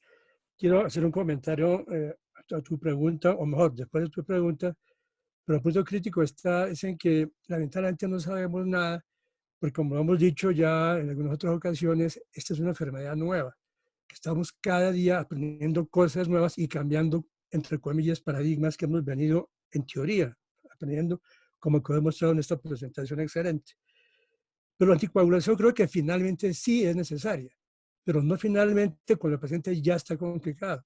Creo que hay que buscar, y lo que hablamos la vez pasada también, esta es una enfermedad de estadios, que tenemos que buscar cuál sería el estadio, o mejor, identificar el paciente en qué estadio está, idealmente a través de un marcador, para saber qué tenemos que hacer y en qué momento. Pero creo que la anticoagulación, finalmente, como una colopatía de consumo que es finalmente una endotelitis que lo es, pues lo lógico es que sí tiene una cabida en el manejo, pero en un momento crítico y oportuno, ni muy antes ni muy tarde. Pero quería aportar como cardiólogo mi opinión, y el punto creo que es, repito, estamos frente a una endotelitis, una enfermedad nueva, y hoy día necesitamos más bomberos que arquitectos. Y la prueba es esto, una cantidad de estudios que no sabemos todavía qué hacer porque no conocemos la enfermedad en qué consiste. Pero quiero centrarme en el sistema renina-angiotensina. Sabemos que este virus, pues, ampliamente conocido, se liga a la EK2. Esta EK2 está en muchos tejidos, pero el endotelio es el más importante de todos. ¿Qué es lo que hace este virus? O sea, recordemos, y ya se ha mencionado en otras ocasiones yo también, que la EK2 es el contrarregulador de angiotensina 2. produciendo angiotensina 1,7, que, repito, contrarregula la angiotensina, o sea, la buena del paseo. Vino la polémica de si los enfermos que estaban tomando yecas buenas, qué podía pasar. Pero, ¿qué sucede? El virus, cuando se liga a la ECA2, automáticamente internaliza la ECA2 con el virus, se mete en la ECA2. Entonces el paciente queda desprotegido con esa ECA2 que contrarregula la angiotensina 2. Y el SARS ya lo demostró, y aquí ya, la pasada lo habíamos comentado, se siguen publicando casos de fibrosis pulmonar post la enfermedad, porque hay una hiperrespuesta del sistema de la angiotensina. Ahora surge una pregunta crítica, y es si yo doy un YECA a un ARA y se me lipofílico, voy a bloquear más, o mejor, voy a aumentar la ECA2. Y en teoría estoy aumentando el receptor para los virus. Entonces, en teoría estoy exponiendo al enfermo a que se exponga, a que haga una enfermedad más severa. Desde el punto de vista teórico suena plausible. Pero ¿qué sucede? Cuando se destruye la célula, automáticamente ya no hay más ECA2. Entonces, por ese lado, podríamos evitar, desde el punto de vista teórico, que se produzca esa respuesta deleteria de la angiotensina, que es responsable de la parte inflamatoria, que todos conocemos de fibrosis, etc. Entonces surge un punto crucial. Yo creo que lo importante, como todo en medicina, es la prevención. ¿En qué sentido? Lo que ya tenemos evidencia es que el aislamiento social, la distancia, o mejor, la carga viral que yo adquiera con una persona, como decíamos la vez pasada, que me estornudó en la cara, pues tengo una cantidad brutal de virus que me va a bloquear todo el sistema ECA2 y me va a propender a respuesta exagerada de angiotensina. Entonces, el aislamiento social hace que la carga viral que me dé a mí sea no alta y la enfermedad pueda yo superarla con mi sistema inmune. Y otro punto importante es cómo está mi sistema inmunológico previamente. Una persona que tiene una alta carga viral y está inmunosuprimido por ese motivo, ese es el que hace el desenlace. La mortalidad va a estar entre 4, 5%, 2%, dependiendo de cada país o cada sistema de salud. No es muy alta, pero sí es una letalidad importante. Y también hablando del manejo desde el punto de vista cardiológico y lógico, el óxido nítrico, como ya alguien lo mencionó, el sector anterior. Y es que el óxido nítrico, al fin de cuentas, es el caótico que se acaba, se depleta totalmente en la fase aguda de la enfermedad. Así que hay un estudio multicéntrico que está corriendo, bastante grande, ya más serio, que es dando o inhalando óxido nítrico en etapas cuando el enfermo tiene ya hipoxemia antes de que tenga la imagen morfológica o radiológica o imagenológica de que tenga la enfermedad. Pero viene un punto crítico que hoy me dejó reflexionando, y es, hoy salió justo en Circulation, ¿qué va a pasar después de esta pandemia? Recuerden ustedes que, por ejemplo, la peste en el siglo XIV generó, después de la peste, vino un aspecto interesantísimo que fue el Renacimiento, pero lo más importante de todo, o no lo más importante, pero ligado a esto, más importante fue el Renacimiento, fue la riqueza. La gente se quedó rica. Recuerden ustedes que la peste bubónica mató a casi la mitad de la población europea. Entonces se distribuyó el dinero y ya la gente empezó a tener plata y ya los que trabajaban de peones, hicieron explotados, desaparecieron, en fin, la burguesía, otra parte histórica, pero la post que vamos a seguir ahora, en el siglo XXI, con esta enfermedad va a generar una pobreza brutal a nivel mundial.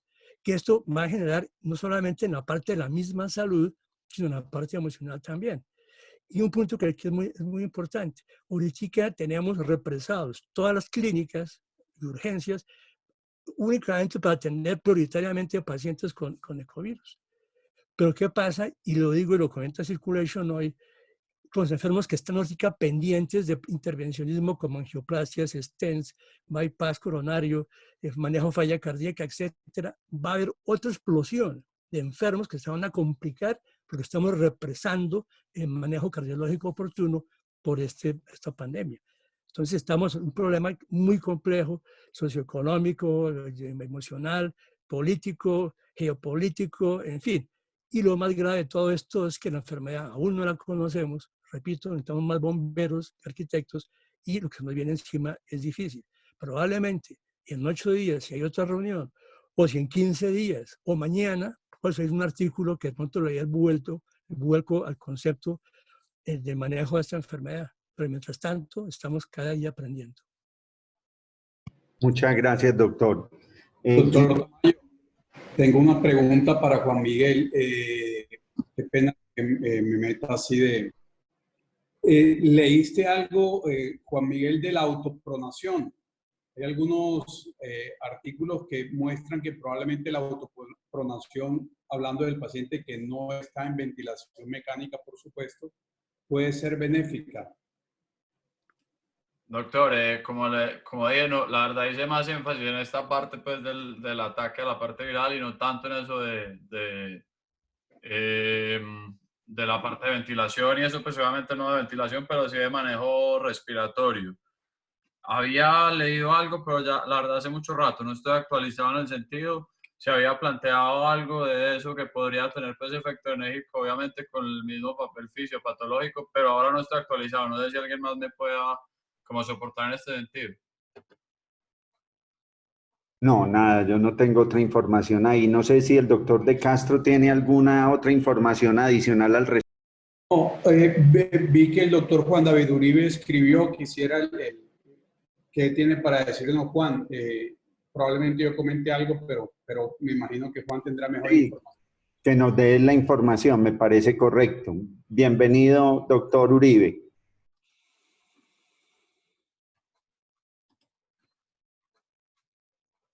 Perdón que estaba en silencio. ¿Cómo están, doctor De Castro y doctor Tamayo? Hace rato que no los veo por ahí.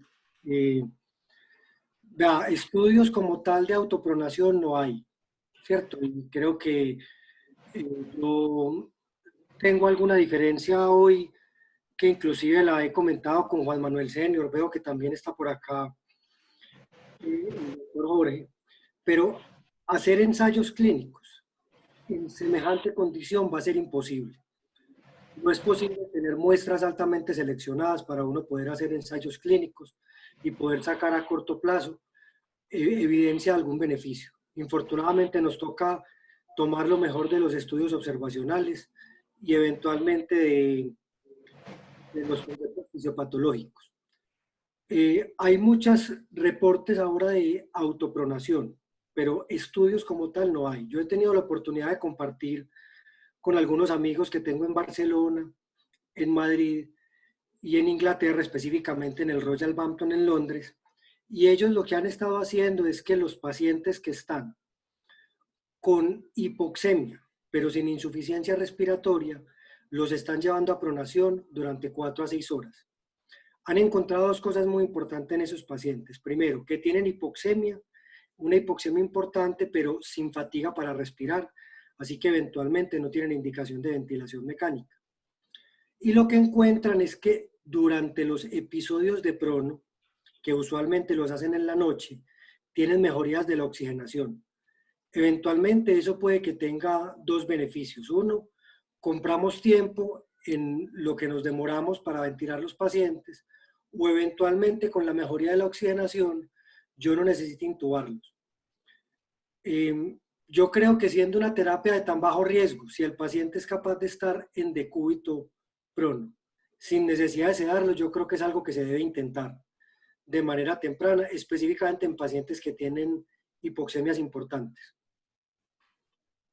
Muchas gracias, doctor. Muchas gracias, porque pienso que estas son las cosas que nos pueden aportar a todos para decisiones que son prácticas en un momento dado para recomendarlas y que efectivamente no van a generar, como usted dice, un riesgo mayor al paciente. Entonces, creo que es una consideración absolutamente válida. No sé si el doctor Uribe tiene algo más para aportarnos de lo que se habló en la charla, algo que crea que sea importante reforzar para los asistentes. No, doctor Tamayo, nosotros estamos prácticamente en lo mismo.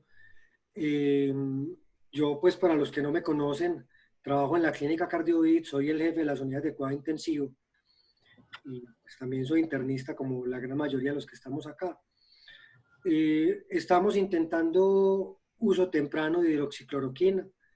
Infortunadamente no es tan temprano como quisiéramos, pero estamos intentando utilizarlo en el paciente, al menos el hospitalizado, de manera temprana, y posiblemente esa estrategia la llevaremos a los pacientes críticos.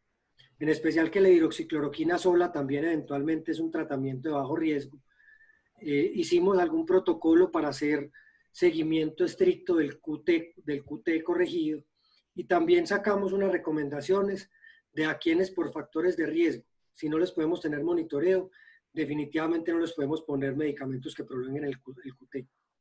De ahí en adelante seguimos en lo mismo, tratamiento de soporte, anticoagulación, basados básicamente en el score de CID, aunque aclaro que el score de CID no ha sido validado en pacientes con SARS-CoV-2, ha sido validado en otra población completamente distinta, pero no tenemos hoy otra opción.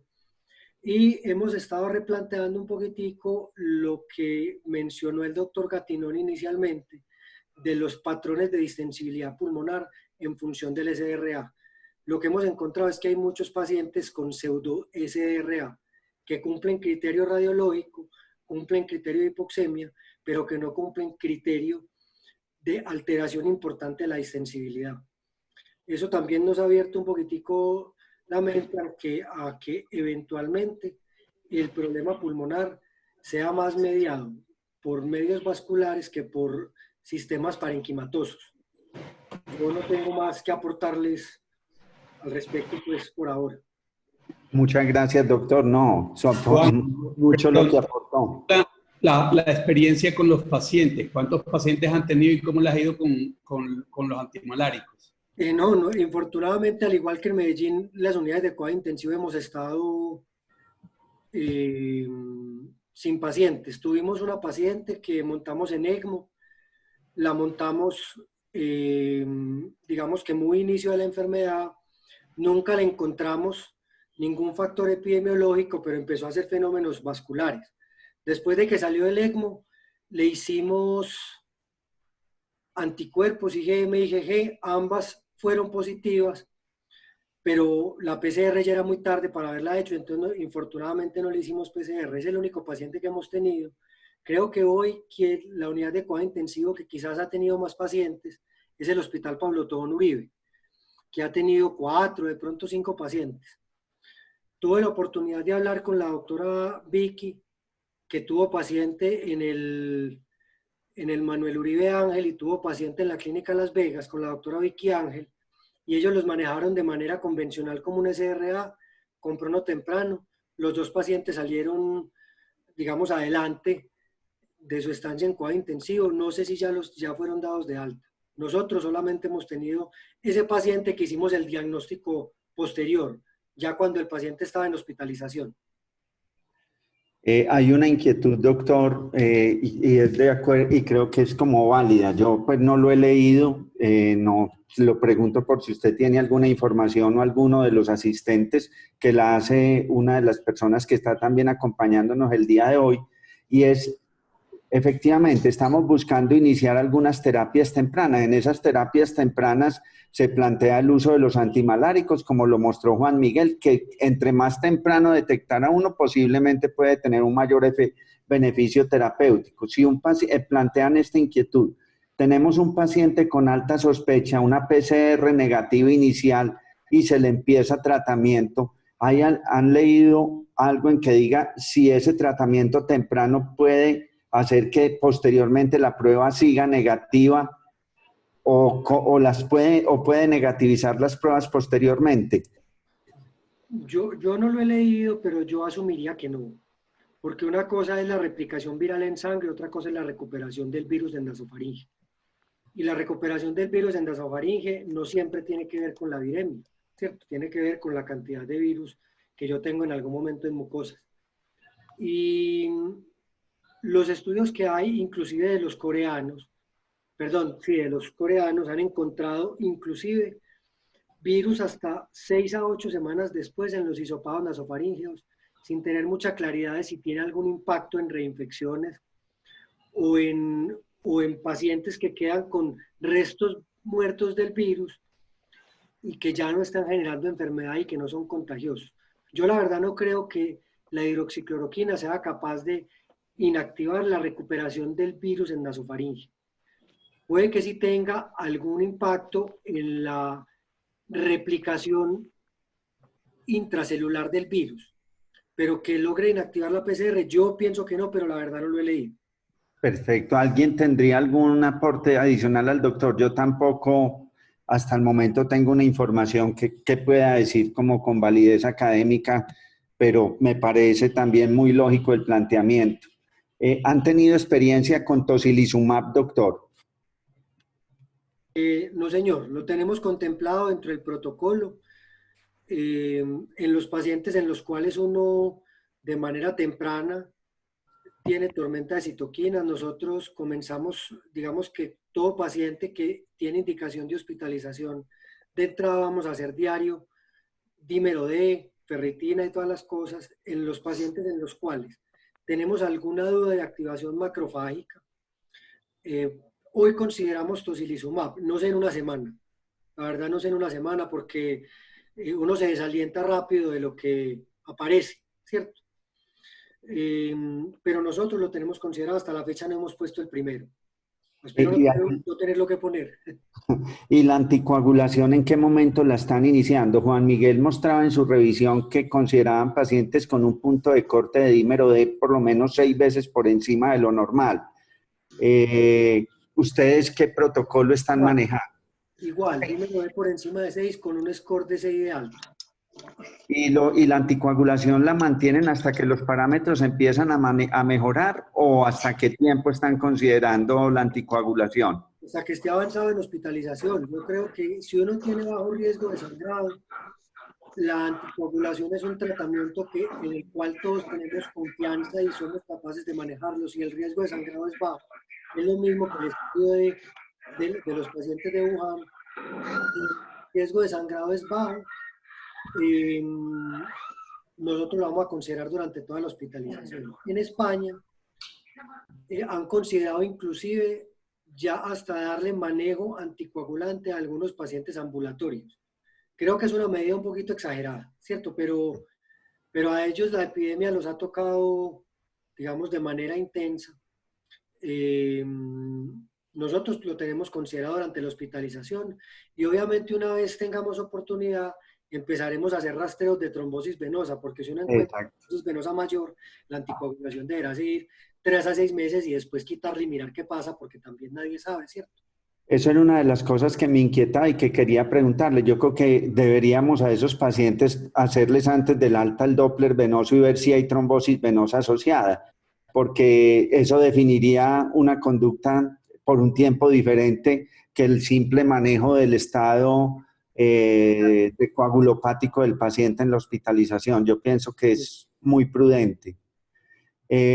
Yo creo que ustedes han planteado entre las formas de trabajo, y lo hago porque sé que es de las inquietudes que maneja la gente, entre los protocolos, el manejo, sabemos que el grupo de intensivistas es muy poquito para la demanda que se puede generar, y aún frente a lo que hay. ¿La hidroxicloroquina profiláctica la han considerado ustedes en el grupo de profesionales de la salud de alto riesgo? No, señor. Bueno, yo creo que este es un mensaje importante que debe quedar. La hidroxicloroquina seguir siendo como utilización hospitalaria, no como una forma de diseminación o medicación del médico en su consulta en una forma profiláctica o de abastecimiento de pacientes, mientras vamos teniendo una evidencia más sólida en lo que vaya apareciendo con el transcurrir del tiempo. No, doctor, yo creo... Tamayo, buenas noches. Sí, bien pueda, doctor Edwin, bienvenido. Doctor Tamayo, bueno, muchas gracias por la invitación. Tengo 4 cosas pues para aportar. Yo creo que primero felicitar que hizo una excelente. Hemos estado en muchas webinares y yo creo que esta ha sido una de las más enriquecedoras y mil felicitaciones por eso, porque se nota el esfuerzo. Creo que él dijo la palabra clave y es que in vitro no es igual a in vivo. Desafortunadamente, y han hablado masivamente sobre el uso de medicamentos que tenían evidencia in vitro, ¿cierto? Inclusive han llegado al desabastecimiento a nivel mundial de China, e inclusive llevando efectos pues, secundarios. Entonces, algo puso el ejemplo también de la ivermectina, en la cual evidentemente las dosis son, para el humano serían supratóxicas en dado caso donde se administraran a los humanos, la ivermectina también ha tenido estudios in vitro. Segundo, los profesores antes nos decían que teníamos que estar un paso atrás en la evidencia, y yo creo que actualmente más claro no puede ser, y no podemos pretender comenzar a aplicar todo lo que habíamos leyendo diario, y tenemos definitivamente que depurar, ¿cierto? La depuración es fundamental pues en este momento para saber qué hacer y no hacer. En cuanto al remdesivir, el artículo que salió la semana pasada, en Lancet, creo, o en JAMA, bueno, no recuerdo muy bien, aunque no tenía evidencia, me causaba también contraposición con una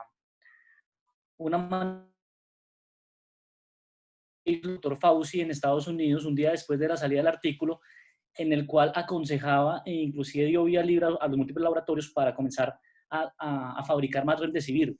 Hay dos estudios en curso, uno es el ACCT, en el cual más de 1000 pacientes, al parecer los resultados previos, que los sabrá únicamente el doctor Fauci en este momento, son muy promisorios en cuanto al remdesivir, con una serie aleatorizada a muchos pacientes, y al parecer disminuye la mortalidad, disminuye sobre todo la probabilidad de llegar a unidad de cuidado intensivo.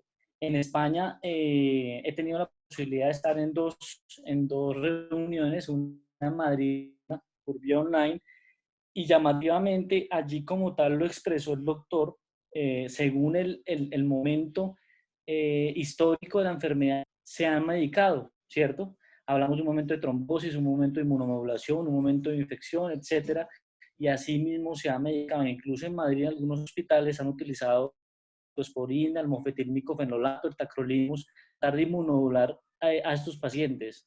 Anecdóticamente les ha ido muy bien a los pacientes, por ejemplo, inmunosuprimidos, al parecer porque estaban inmunomodulados, porque venían recibiendo crónicamente ese tipo de medicaciones, adicional a la cloroquina. En cuanto a la anticoagulación, yo creo que es claro que tenemos que tener en cuenta de que el seguimiento del dímero es fundamental para definir o decidir en qué momento se inicia la anticoagulación, porque muchas de las proporciones de estas muertes es relacionado a la trombosis, a la microtrombosis. Entonces, usted muy bien lo dijo, que en el momento que se pueda llevar al paciente a un Doppler, o en el momento que se pueda llevar a un angiotag, para definir ya no la anticoagulación, sino el tiempo de anticoagulación, porque habrá momentos en los cuales, según el seguimiento del dímero D, se debe anticoagular.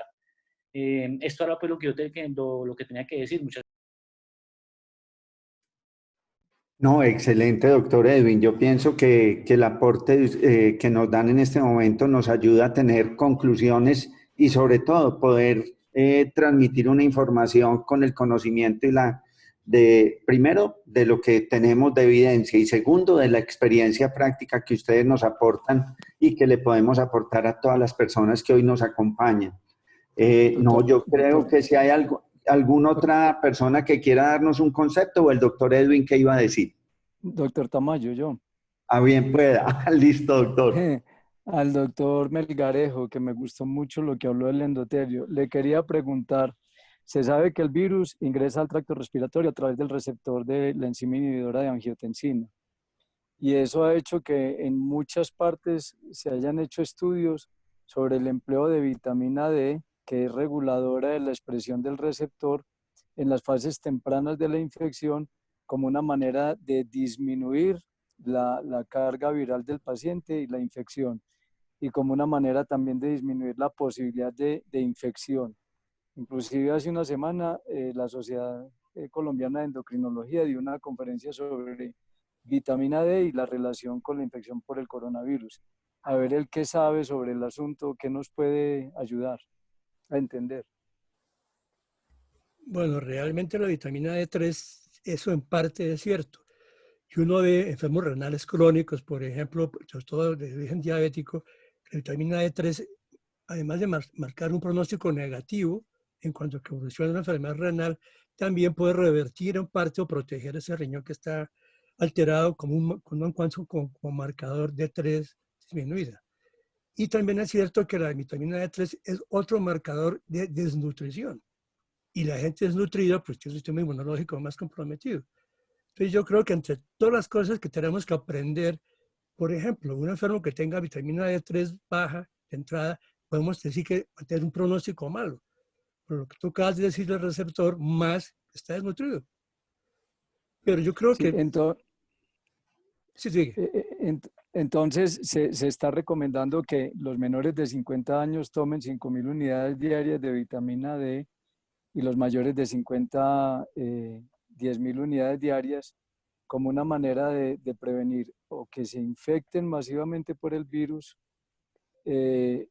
o que la respuesta inmune sea exagerada. Y se dice dentro de los estudios estadísticos de esta enfermedad que una de las razones por las que ha atacado a la población italiana fue por haberlos cogido en invierno, lo mismo que a los españoles. Sí, la única duda o cuestionamiento es que la vitamina D3, para que suba niveles, requiere tiempo, no es que sea inmediato. Pero se podría utilizar perfectamente como una manera de Casi que disminuir, digamos, sí, digamos, hoy hay laboratorios que pueden entregarle a la gente, señor. No, se cayó la señal, ¿me puedes repetir?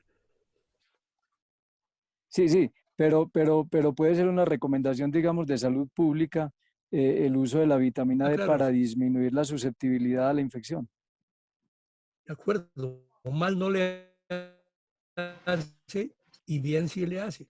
Y con la experiencia que hay, como decía, nefrópatas, diabéticos, pues sí tiene posibilidad y sobre todo pensando en el receptor. Pero lo de la vitamina D, ¿sí será algo específico en el paciente con SARS o es básicamente algo que tenemos todos? Porque finalmente los niveles de vitamina D en la población general e inclusive en el trópico se habla de lo que es la paradoja de la vitamina D, de acuerdo, que a pesar de vivir en trópico, un porcentaje importante de nosotros somos deficitarios o con niveles bajos de vitamina D. ¿Será eso realmente algo que aporte para la enfermedad o es un hallazgo que tenemos todos por falta de exposición al sol, porque trabajamos en oficinas, por recomendaciones médicas, etcétera, etcétera? Porque cuando uno revisa vitamina D, lo que se da cuenta es cuando pues, los estudios observacionales todos lo relacionan, pero cuando se hace estudios serios, finalmente no va quedando en nada más que para la parte ósea, ¿no? No, sí tiene impacto. Pues lo que se ha encontrado es que el suplemento de vitamina D puede disminuir la frecuencia de infección. Hay unos estudios que yo tengo que he revisado en los que desde hace tiempo, con relación a otras infecciones virales como la influenza, por ejemplo, el uso de la vitamina D disminuye la frecuencia de infección. Le voy a pedir el concepto al doctor Guillermo Latorre, quien nos acompaña en este momento, a ver qué opinión tiene él respecto a la vitamina D3 para tratar de llegar a un consenso. Bueno, muchas gracias, buenas noches.